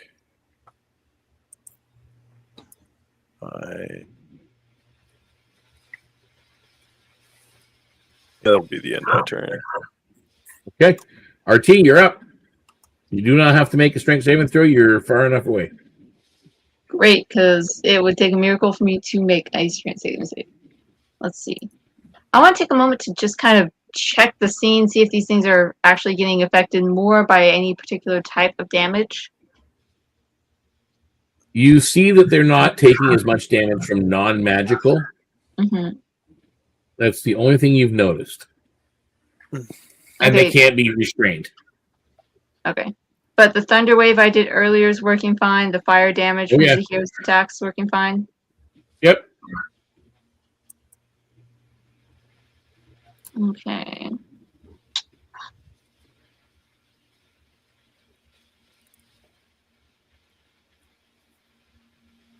Then let's attempt to not get attacked by a cat. Jeez. Chill out, dude. You know, let's just try destroy water again on can I see the one that's in front of Narissa? Yep. We'll go with that one. Yeah, that's 40 feet. Let me make sure that I can do that. Oh, I'm just a little short of that, and moving closer would be a dumb idea for me. So, let's just do that on the one that's in front of Seraphel. Okay. Roll 2d6. Okay, 2d6. Let me get the d6s again.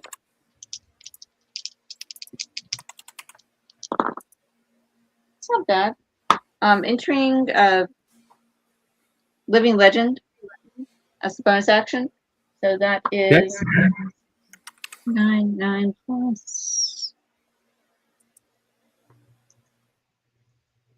Plus my proficiency, or is it plus the everything? To proficiency. Okay. So that is 12 damage. 3 of that is psychic. The rest is destruction of water damage. I have lost volume. I can't hear nothing. Okay. That will end my turn. All right. So that brings us to their turn.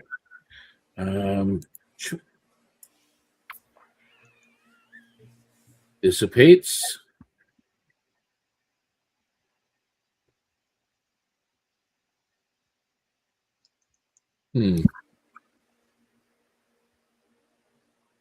Dissipates. Dissipates. We just lost somebody. What was that? Xylea dropped out. She's probably checking her headset. She said she couldn't hear us. Sure, she'll be back. Okay, what's going after Neri? Literally, Neri, you are enveloped by this thing. It's just water everywhere, and it feels like you're being, covered with eels or something just all over you as this thing attacks and presses, and it does. Who just got hurt?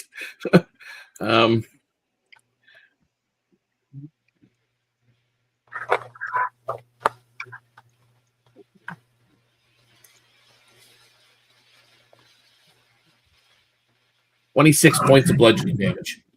Ow. I will definitely earthen bulwark that. You are in the earthen bulwark in the middle of the water. I don't know.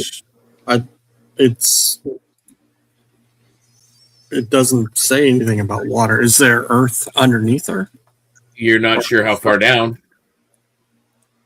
I'm just curious on what the range and that is of the spell. That's what I'm trying to figure out. Okay. Let me.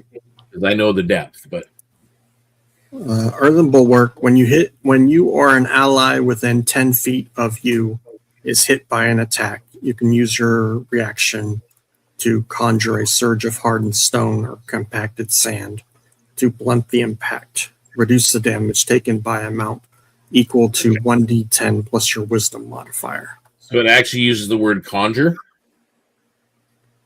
Does you conjure up? Yeah. Is that what it says? Use your reaction to conjure a surge of hardened stone. So you basically conjure it from the stone around you, and just more stone appears there and blocks some of that damage. Yeah. Let me roll a d10.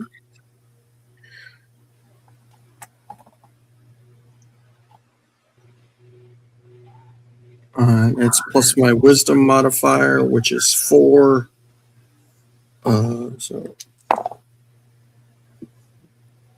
11 points of damage. So you take 15 points of bludgeoning damage, Neri. All right. Not too bad then.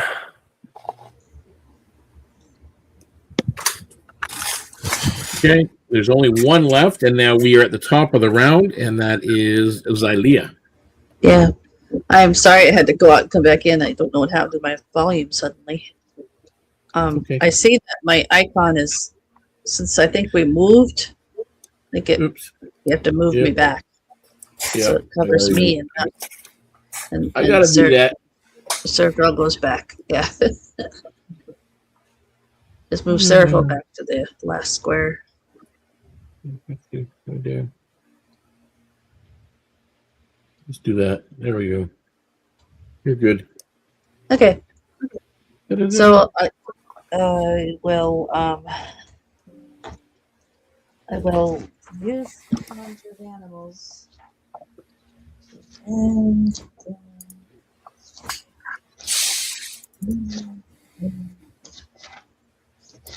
lost my page. And by the way, I will note that none of you can see Neri. What happened? Why can't we see Neri? Enveloped by the water elemental. Oh, Yep. no. Neri's in the middle of it. But she can breathe underwater, right? Yeah, I Yes. believe, Tidewalkers do have breathe They do. underwater. Yes. Which is a good thing because otherwise there is a drowning risk.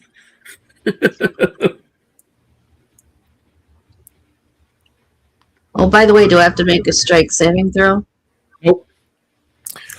They've all dissipated except for the one that focused its final attack on Neri, who was right beside it. Oh. So it's right there in the water in front of Xylea?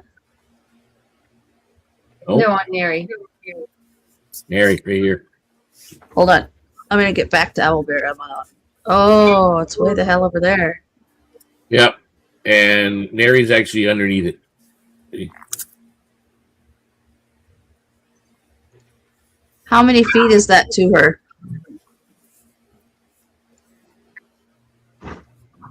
$45. Shit.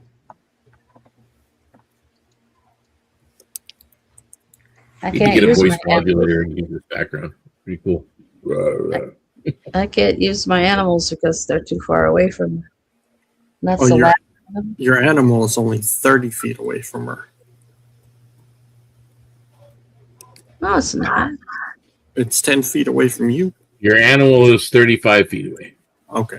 Well, it only has to move 30, but My pack has of to move up conjured a little animals is 35 feet away from Neri. From Neri, but to get next to the swarm, it's 30 feet. Oh, so if I move the pack of animals 30 feet. Yep. You can go right in front of it. You can go to right here. Jump over that ledge and into the water on the other Yeah, side. well, keep in mind, this ledge is, it's symbolic. So is that Okay, so close you're- for the pack of animals to you're- attack or not quite? Yep, you're right in front of them. Literally.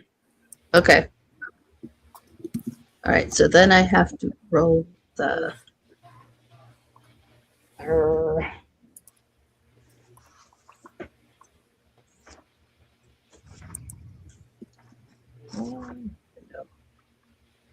I forgot what I rolled. Strength saving throw, strength saving throw. I'll go back and look. Yeah, you don't need that. Plus 8. Yeah. Oh, after all that, somehow they try to attack and they only rolled a 10. Okay. So that- they missed. Yeah. And that's your action?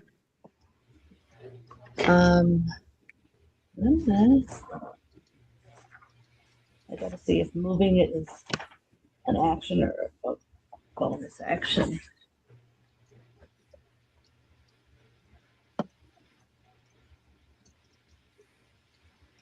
I'm doing my own movement. By the way. To swim back to that center section. So you're going to go back? Yeah. Okay. And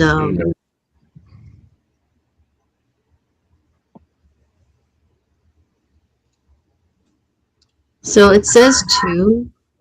Oh, okay. Do you know what? I don't know why I was rolling a gosh darn attack roll. My mistake.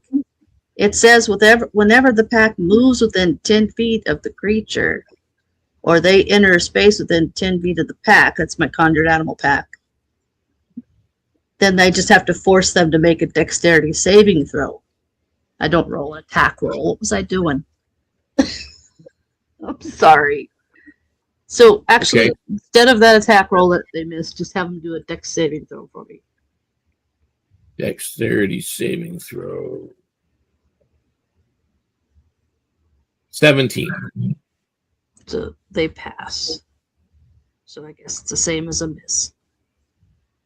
Okay. Honey, Is that your action? how fate works. Back like events and completed. You also need the back.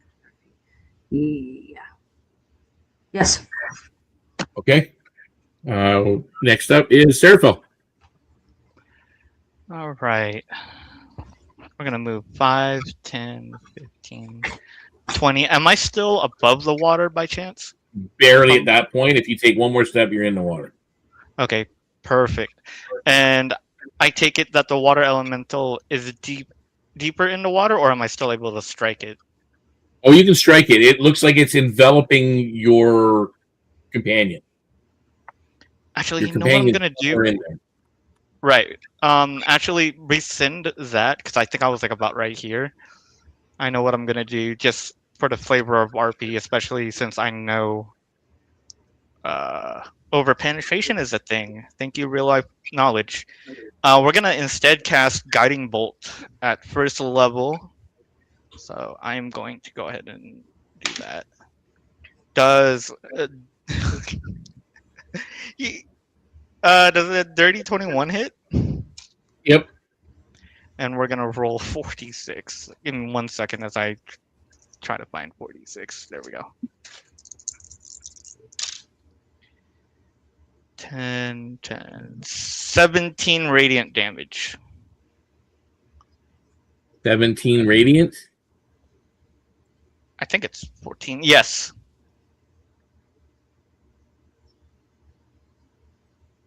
Okay. It's not dead yet. Vanishes. does Sorry, that? 17 radiant. Yep. It vanishes? It just dissipates into the rest of the water. I don't like those things. Yuck. Telling me. Are you okay over there, Neri? I've been better. Yep. Yeah, Neri looks pretty bad. I'll swim back over to the ledge and I can heal you up. I'm Yeah, assuming you guys are all going to regroup to We the all ledge. have healing. So, who's got the better healing? I can do a third level cure wounds, or not a third level, a second level. Well, I have cure wounds, lay on hands, and good berry. I think we could do a combination of each, though, for all of us, just to kind of get Neri up. I have no healing, so I will watch all of the doctors help you.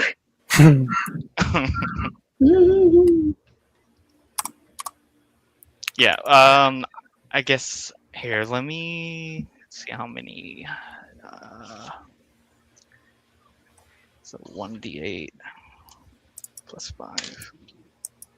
You're gonna heal initially for 7 hit points plus what is it? My wisdom modifier, or was it my charisma? Hold on.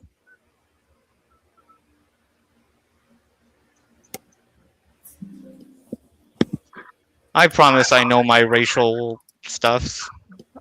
I say as I'm scrolling through my my document. For chat that's out there, some of these these are new characters for the new players, and these are original Foreverland ancestries. So they have their own little quirks that are completely different than from anything that 5e has. So you know they're still getting used to everything. That's going to happen. Yep, that I am. To not spend too much time, I realize that it's adding my wisdom, and my wisdom is 1, so you actually get 1 temporary hit point on top of the healing I just gave you. 1 hit point. That could be what saves your life. Exactly. Oh, you said 1 more? Okay. Yeah, that's 1 temporary hit point that you gain. Oh, okay. Yep. How are you looking now? I'm at 23 out of 38. Math. That's not bad. More than half, yeah. Yeah, more than Yeah. half. I mean, Zahir, do you think you would like to heal them, or I can cast 1 level 1 on myself as well. okay? All right, that works too. Or wait, All right. is it? I think that's Try to save everyone's spell slots and Oh, whatnot or I anything. put the wrong slot. I thought that was a 2nd level spell for some reason. So get 7 more back, be at 30. Oh, that's not the spell that was. There we go. Yeah. Doing good now. Good. Okay. Should be fine for now. So Everyone the only way else- forward is under the water and through the arch passage. Well, Okay. before Now, before here we you go, do know there is no current under the water where the arch is. Yeah, I will let them know that there is no current. That would force you back. So you can follow me if you will. I can tie a rope off to myself, and you can hold on, and I can pull you through. Sounds like a plan. Seraphil, did you have something you were about to say? well, I was going to make sure that everyone is more or less healed up, but if everyone's ready to go, then we can press forward. I'm fine. I just got a little scratch. Okay. I am just 9 hit points down, no biggie. Okay. Is going through. Let's Yes. go. We shall go Yeah. through. So you go through the submerged tunnel, and it goes about maybe 30 feet under the water. You're holding your breath. You're going. Some of you are holding your breath, and you're going through. And it suddenly opens up into an enormous vaulted chamber.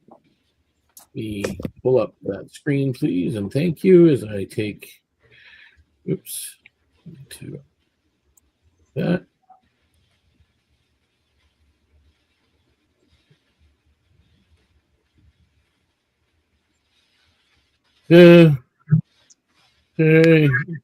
Opens into an enormous vaulted chamber beneath the earth. Massive stone arches rise overhead into darkness, while deep black water churns slowly through the ancient crossing hall.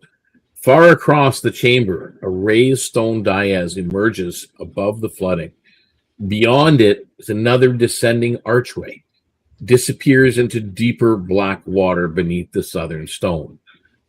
The water here, it goes up to, you get to a spot where it goes up to about your mid calf to your knees. It feels colder, much colder. And you smell the water starts to smell of a stagnant, musty smell in the chamber. As you stand there and you're taking it all in, this chamber begins to tremble violently. Dust starts to fall from the ceiling. Somewhere below the flooded stone, you can feel a massive scraping against stone and earth. What are you doing? There's nowhere here to get out of the water. It's You beneath gotta, us. if in order to get out of the water, you're gonna have to go across the room to the dais, or swim back across to the other side and go out. Well, which way do you guys want to go? Zahir will move forward, but stealthily toward the dais. Okay. How far away Roll is stealth. How far away is the dais? You're about 30 feet, like a movement action to get there. Archie is going to put a hand to the clasp of the cloak and say the activation words "Skia" and appear immediately next to the dais as shadows transport her over there. Okay. So you go through the shadows and you come out. Okay, so you're right before the dais. That's not a problem. Or That's you're on it, I'm amazing. assuming. You're out of the water. Zahir got a 16. Okay, Yes. so you move as quietly as you possibly can through water. and debris, and you make it to the dais. Not a problem. Anybody else? So you got Zahir and RT on the dais. Yeah, I guess we'll go over to the dais. What did you say you have to roll to get over there? Well, he was doing stealth. I mean, that depends on you. Like, are you just walking across? We can walk in the water? Yeah. It's only up to about your mid calf. Yeah, I guess I'll quietly walk across. Okay, so you're trying stealth as well? As much as the Leon can. Okay, so roll me a stealth check.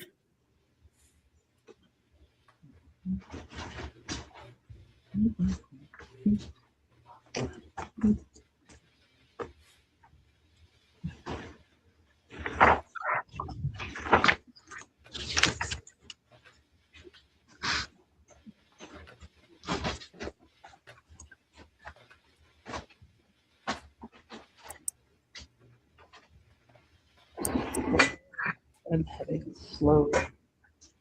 This is here. Okay.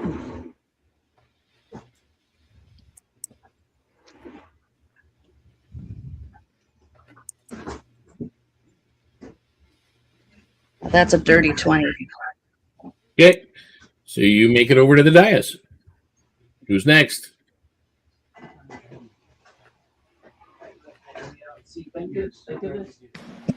Darafel? Yep. Seraphel is, instead of stealthing, because I'm assuming that the Silver Veil chainmail will be rather loud.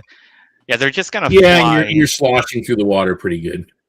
Yeah, they're gonna fly up into the air.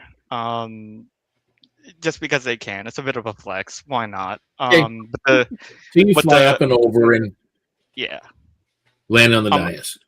Actually, I'd like to be on, like, hovering above the dais, just because I know that, or rather, Seraphil knows they're loud, and they'd rather bring the attention away from the group than. Okay, so you're just flying, hovering above it. Okay, so Neri, you're the last one. She's gonna follow the lead and try to stealth. See how okay, roll stealth. I feel like. Okay, she does.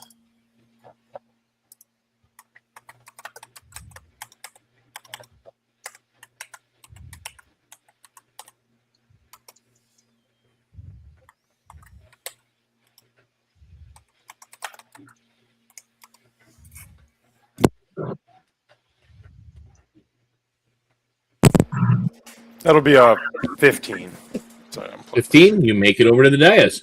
So you guys are all, well, 4 of you are standing on a very stable dais out of the water. Of course, we've got Seraphel, who's actually using the wings of light there to hover above the dais itself. You've got that opening that's going, again, deeper in under this dark water to continue forward, or it's to go back. You don't see anything on the dais. There's nothing really here. You're looking around the chamber. It's pretty much what you see.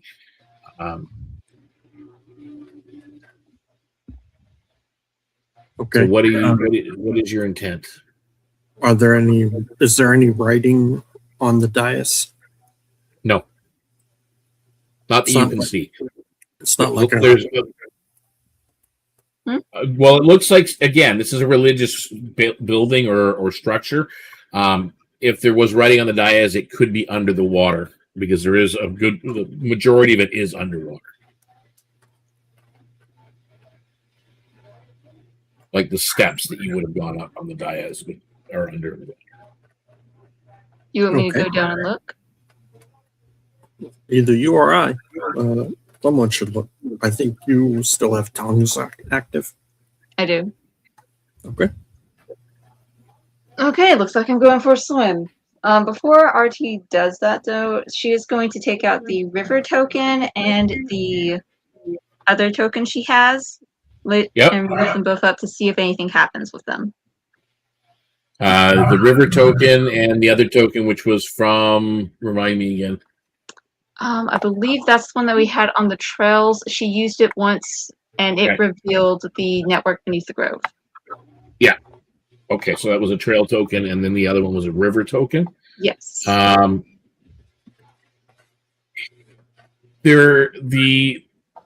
river token in your hand gets icy cold.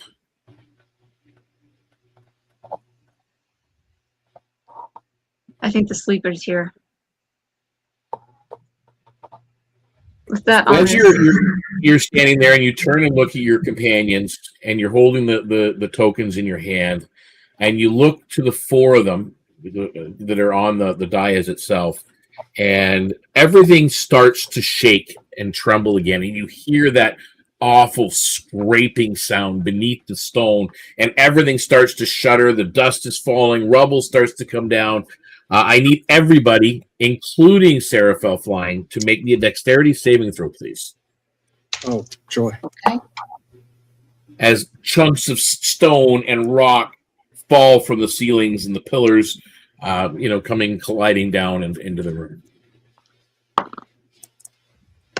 Start with Xylea. What'd you roll? She's muted. Muted.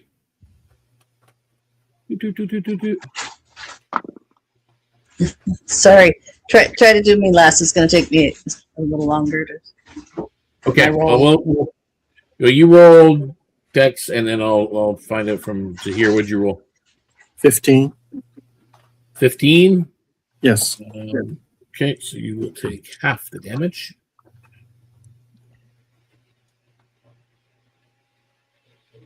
Six points of bludgeoning damage. Okay. It's further reduced by half because of Guardian's stance, and a further 2 by the armor debuff. So you take 1. Yeah. Okay. Xylea, you got your roll yet? Yes, I have a 16. 16, you take half damage. 5 points of bludgeoning damage. Seraphel, what'd you roll? I rolled a 9 flat. A 9. Okay. You will take 12 points of bludgeoning damage. Chunks of rock bounce off your back and your head, your wings. RT, what'd you roll? 20. 20? You'll take 5 bludgeoning damage. And Narissa? 15. 15. You still make it as well. So you will take 6 points of bludgeoning damage. And the water around the dais is now moving. You see it churning. Where it wasn't before, it was just kind of there.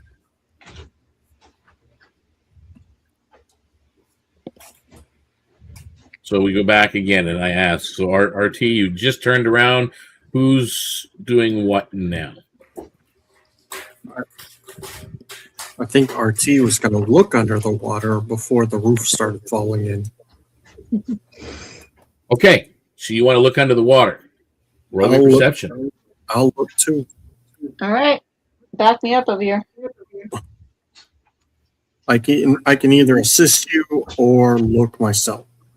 What is your bonus to perception? I'm pretty sure you have better roll than I do. +9. I will give you advantage. Okay. I can read what you find.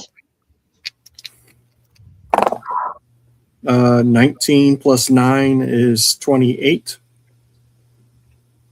28, nice. With the 28, again, that scraping sound and that grinding of stone from beneath your footing hasn't stopped, and so the dust and smaller particles of debris are still falling all around you as you're going.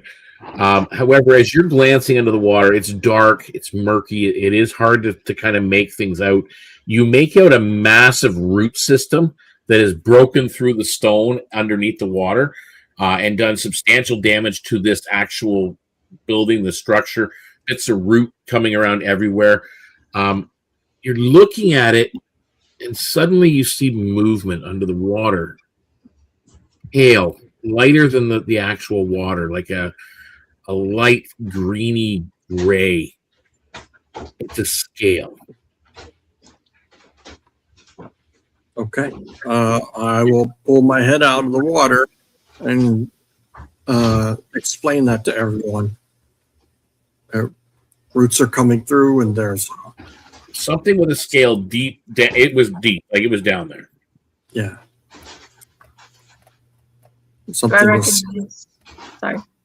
Go ahead. Do I recognize that description? Not really. It's a scale moving in the water. There's a lot of scaled creatures that live in the water.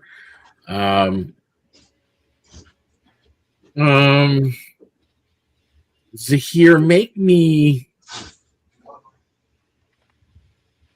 a nature check. Okay. Just can anybody give me advantage? I will. You're proficient in nature. Am I? You have to be proficient in order to. I Give a can help give you action. advantage. All right, I'll someone give else you a give guidance. you Okay.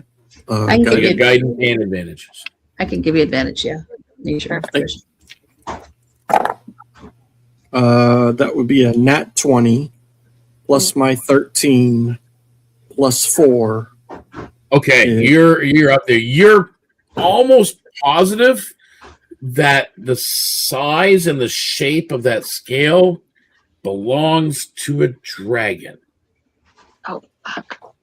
Oh, no. I've only seen the desert kind. Yeah, you've only seen the desert kind, but and it doesn't look like a desert dragon at all. Like nothing you've even heard about there. But just the size and shape of it. It's a dragon scale by the looks of it. Moving. I'll pull my head out of the water again, and I'll. Oh, you had your head back in the water. Roll me another perception check. Oh, well, no, I thought I had to roll nature if I was underwater or whatever. Okay, well, yeah, that would have done it. You went and peeked back under the water to see and check it out. So, yeah, your nature, but make me another perception check. 14 plus 9. Okay, it's over 20? 23. You're there, and as you're backing your head out to pull out of the water, you, right where the scale movement was, it's just darkness there right now. You see a very large eye open and look at you as you pull your head out of the water. I'll wave. You guys see Zahir pulling his head out of the water and he's waving. Good dragon. There's a dragon.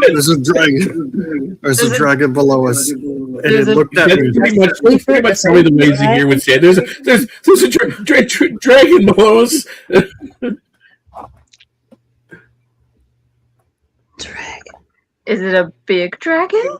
It's huge. Yeah, it's big. It would be at least an adult. From up in the air, you just hear Seraphel ask, "Did someone say dragon?" Yes. Yes. Oh, let me come down there. And Seraphel lowers himself down. Do you speak dragon? Oh, no.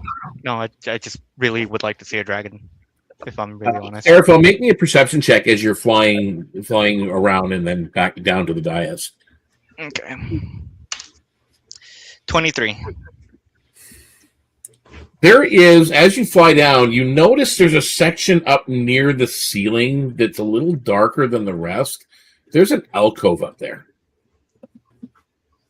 Ooh, okay. I know my character's name, I promise. Seraphel is going to point up to the ceiling and they're gonna say, "There's Man, Locke, how are you gonna eat food after I'm like really hungry? That's crazy." Anyway, they're gonna point up to the ceiling and say, "I could bring us all up there if any of you would like." You know what? That's probably not a bad idea. I don't think you could carry me. Well, how much do you weigh? I'm a pretty big dude. It's not on my but I'm in scale mail with my pack. You're over 200 pounds. Yeah, I'm well over 200 pounds. Yeah. Seraphil believes really, really hard and has the power of friendship. Anything is possible. Unfortunately, that isn't one of them. So Zahir wouldn't be able to get up by your flight, but I don't think you could carry Xylion either. no. Okay. 1,000 So pounds. maybe RT and Neri, you can get them up there, and the other All two right. would get up on their own at some point. I could also drop rope. I have rope. Yeah. far? So once you're up there, you can secure a rope and lower it down if you want. Yep. I'm Or gonna is do it even exactly big that. enough for everybody to stand it? I mean, it's just going to go anywhere. Well, once you fly up and you look, it's like a cavern. It goes pretty far down, and you do hear something down the cavern, but it's faint. But you fly RT up and Neri up, and they're on the ledge with you. You secure the rope, and you lower it down to Zahir and Xylia. Zahir and Xylia, as you're making the climb, you do need to make. I don't climb. You have What's to that? put the rope. You'll have to put the rope around her. I don't have hands. Okay. If you're staying That's great. The lion climbs pretty good, but yes, Yeah. still Okay, a so lion. you're staying at one. Okay. I will tie the rope around her since I'm still down there. Okay. Then I'll jump up on the rope above her and climb. Make an athletics check, please. I will let you know. Failed checks will result in people in the water with a very loud splash. I will let you know that now. Athletics. Yes. Okay. So 14 plus 9 is You get to the top. 23. Okay. Okay. I need one person at the top with the rope to make a athletics check at disadvantage to pull Xylia up. Okay. Can I help with my claws and paws? It's a straight. Yeah, you know what? Then straight roll. Okay. Then I'm going to use enhance ability strength. Can I make it advantage now? Yeah. Advantage. Take a D6 Bardic Inspiration too, because we don't need to mess with that dragon. What if we also guidance? I'm gonna guidance on top of that. Just All in of case. the You never bonuses. know. Can't stat guidance. All the Yeah, bonuses. And full of dice. Got it. Well. Okay. Lots. 40. No, I got 2 4s on the D20s. So it's 4 plus 9, which is 11, plus 4 from the D4, which is 15, and plus 1 from the D6 is 16. You needed 15. Oh. Leah, you get to the top as the rock on the ledge is kind of crumbling away, but you managed to get up there at the top. And now that you're all up there, breathing pretty heavily, everybody's kind of tired, you hear something down that cavern, that alcove. This doesn't look like the way out. No, it's dark. I say that to everybody else. I have my light stone. It's good for 12 hours. Okay, so you lights up. It goes in a downward motion and then turns to the left. Okay. I will lead. Just out of curiosity, it's not magical darkness, correct? Nope. All right, so I'd be able You to guys have see. dark vision of that. You can see. Yeah. Okay. Just you double can check. see a tunnel. All right. Yes. I will lead the way. Okay, I'll be right you behind guys you. are moving forward. You're heading down this corridor or this cavern. It is getting lower, and all of a sudden, you're now into water about an inch deep. maybe 2 inch deep, and you hear a little bit of splashing ahead. As you reach the bend in the corridor, it goes about another 60 feet and then turns right, still sloping downwards. You hear something down there. I need everybody to make me a perception check. Okay. Actually, wait a second. The only person that would be able to do it, RT. How long does that the tongues last? Tongues is as long as I have spell slots. Let me look. Wondering if it's still active. It's an hour, but I'll Okay. recast it if it's time. It's still active. Probably near the end of that time. You can make a perception check. My apologies. All right. The rest of you, if you roll over a 15 and you hear what sounds like a whispers ahead. Okay, that is going to be 24. You hear in Hollow Tapper, stone breathing below. Stone breathing below. You hear a couple of them exchanging the words. Continuing forward, the water doesn't get deeper. It's just like partially flooded. You see an open chamber open up, and there's a little ledge, and they've got looks like a bit of a fire set up there that's burning, and that's where the light was coming from. You see a group of about 6 hollow tappers just kind of huddled around the fire, looking towards the entrance where you guys are coming in. They look terrified and scared. At this point, I'm gonna call the adventure because we're actually already past the 9 o'clock cutoff. However, I was just asking that in chat. You have discovered some missing hollow tappers that have been trapped inside this partially flooded alcove, and technically still trapped because to go back out, there's a dragon in that water. However, that's what we do. So, and there was the only thing that was down below. There was that other archway and door beyond the dais. So you got the alcove, which is up top. So you don't have to go out and down and leave the room back the way. You can go forward into whatever's beyond afterwards. But that's where we're going to call the cliffhanger at this point. You are with a group of rescued hollow tappers at this moment. And what did we just want to make sure? I don't know if they're rescued unless we have a way out. Yeah, it's not a rescue yet. You're trapped with them. You are trapped with the hollow tappers at this point. So with that, again, that is the end of the episode 45 of the mini adventures. Looks like we're going to have to do a part 2. So a episode 46 will most likely have to happen in a week or 2, depending on people's schedules. And then we will continue where we left off to finish this particular little exploration. And the party has encountered the fact that the sleeper is a dragon down below.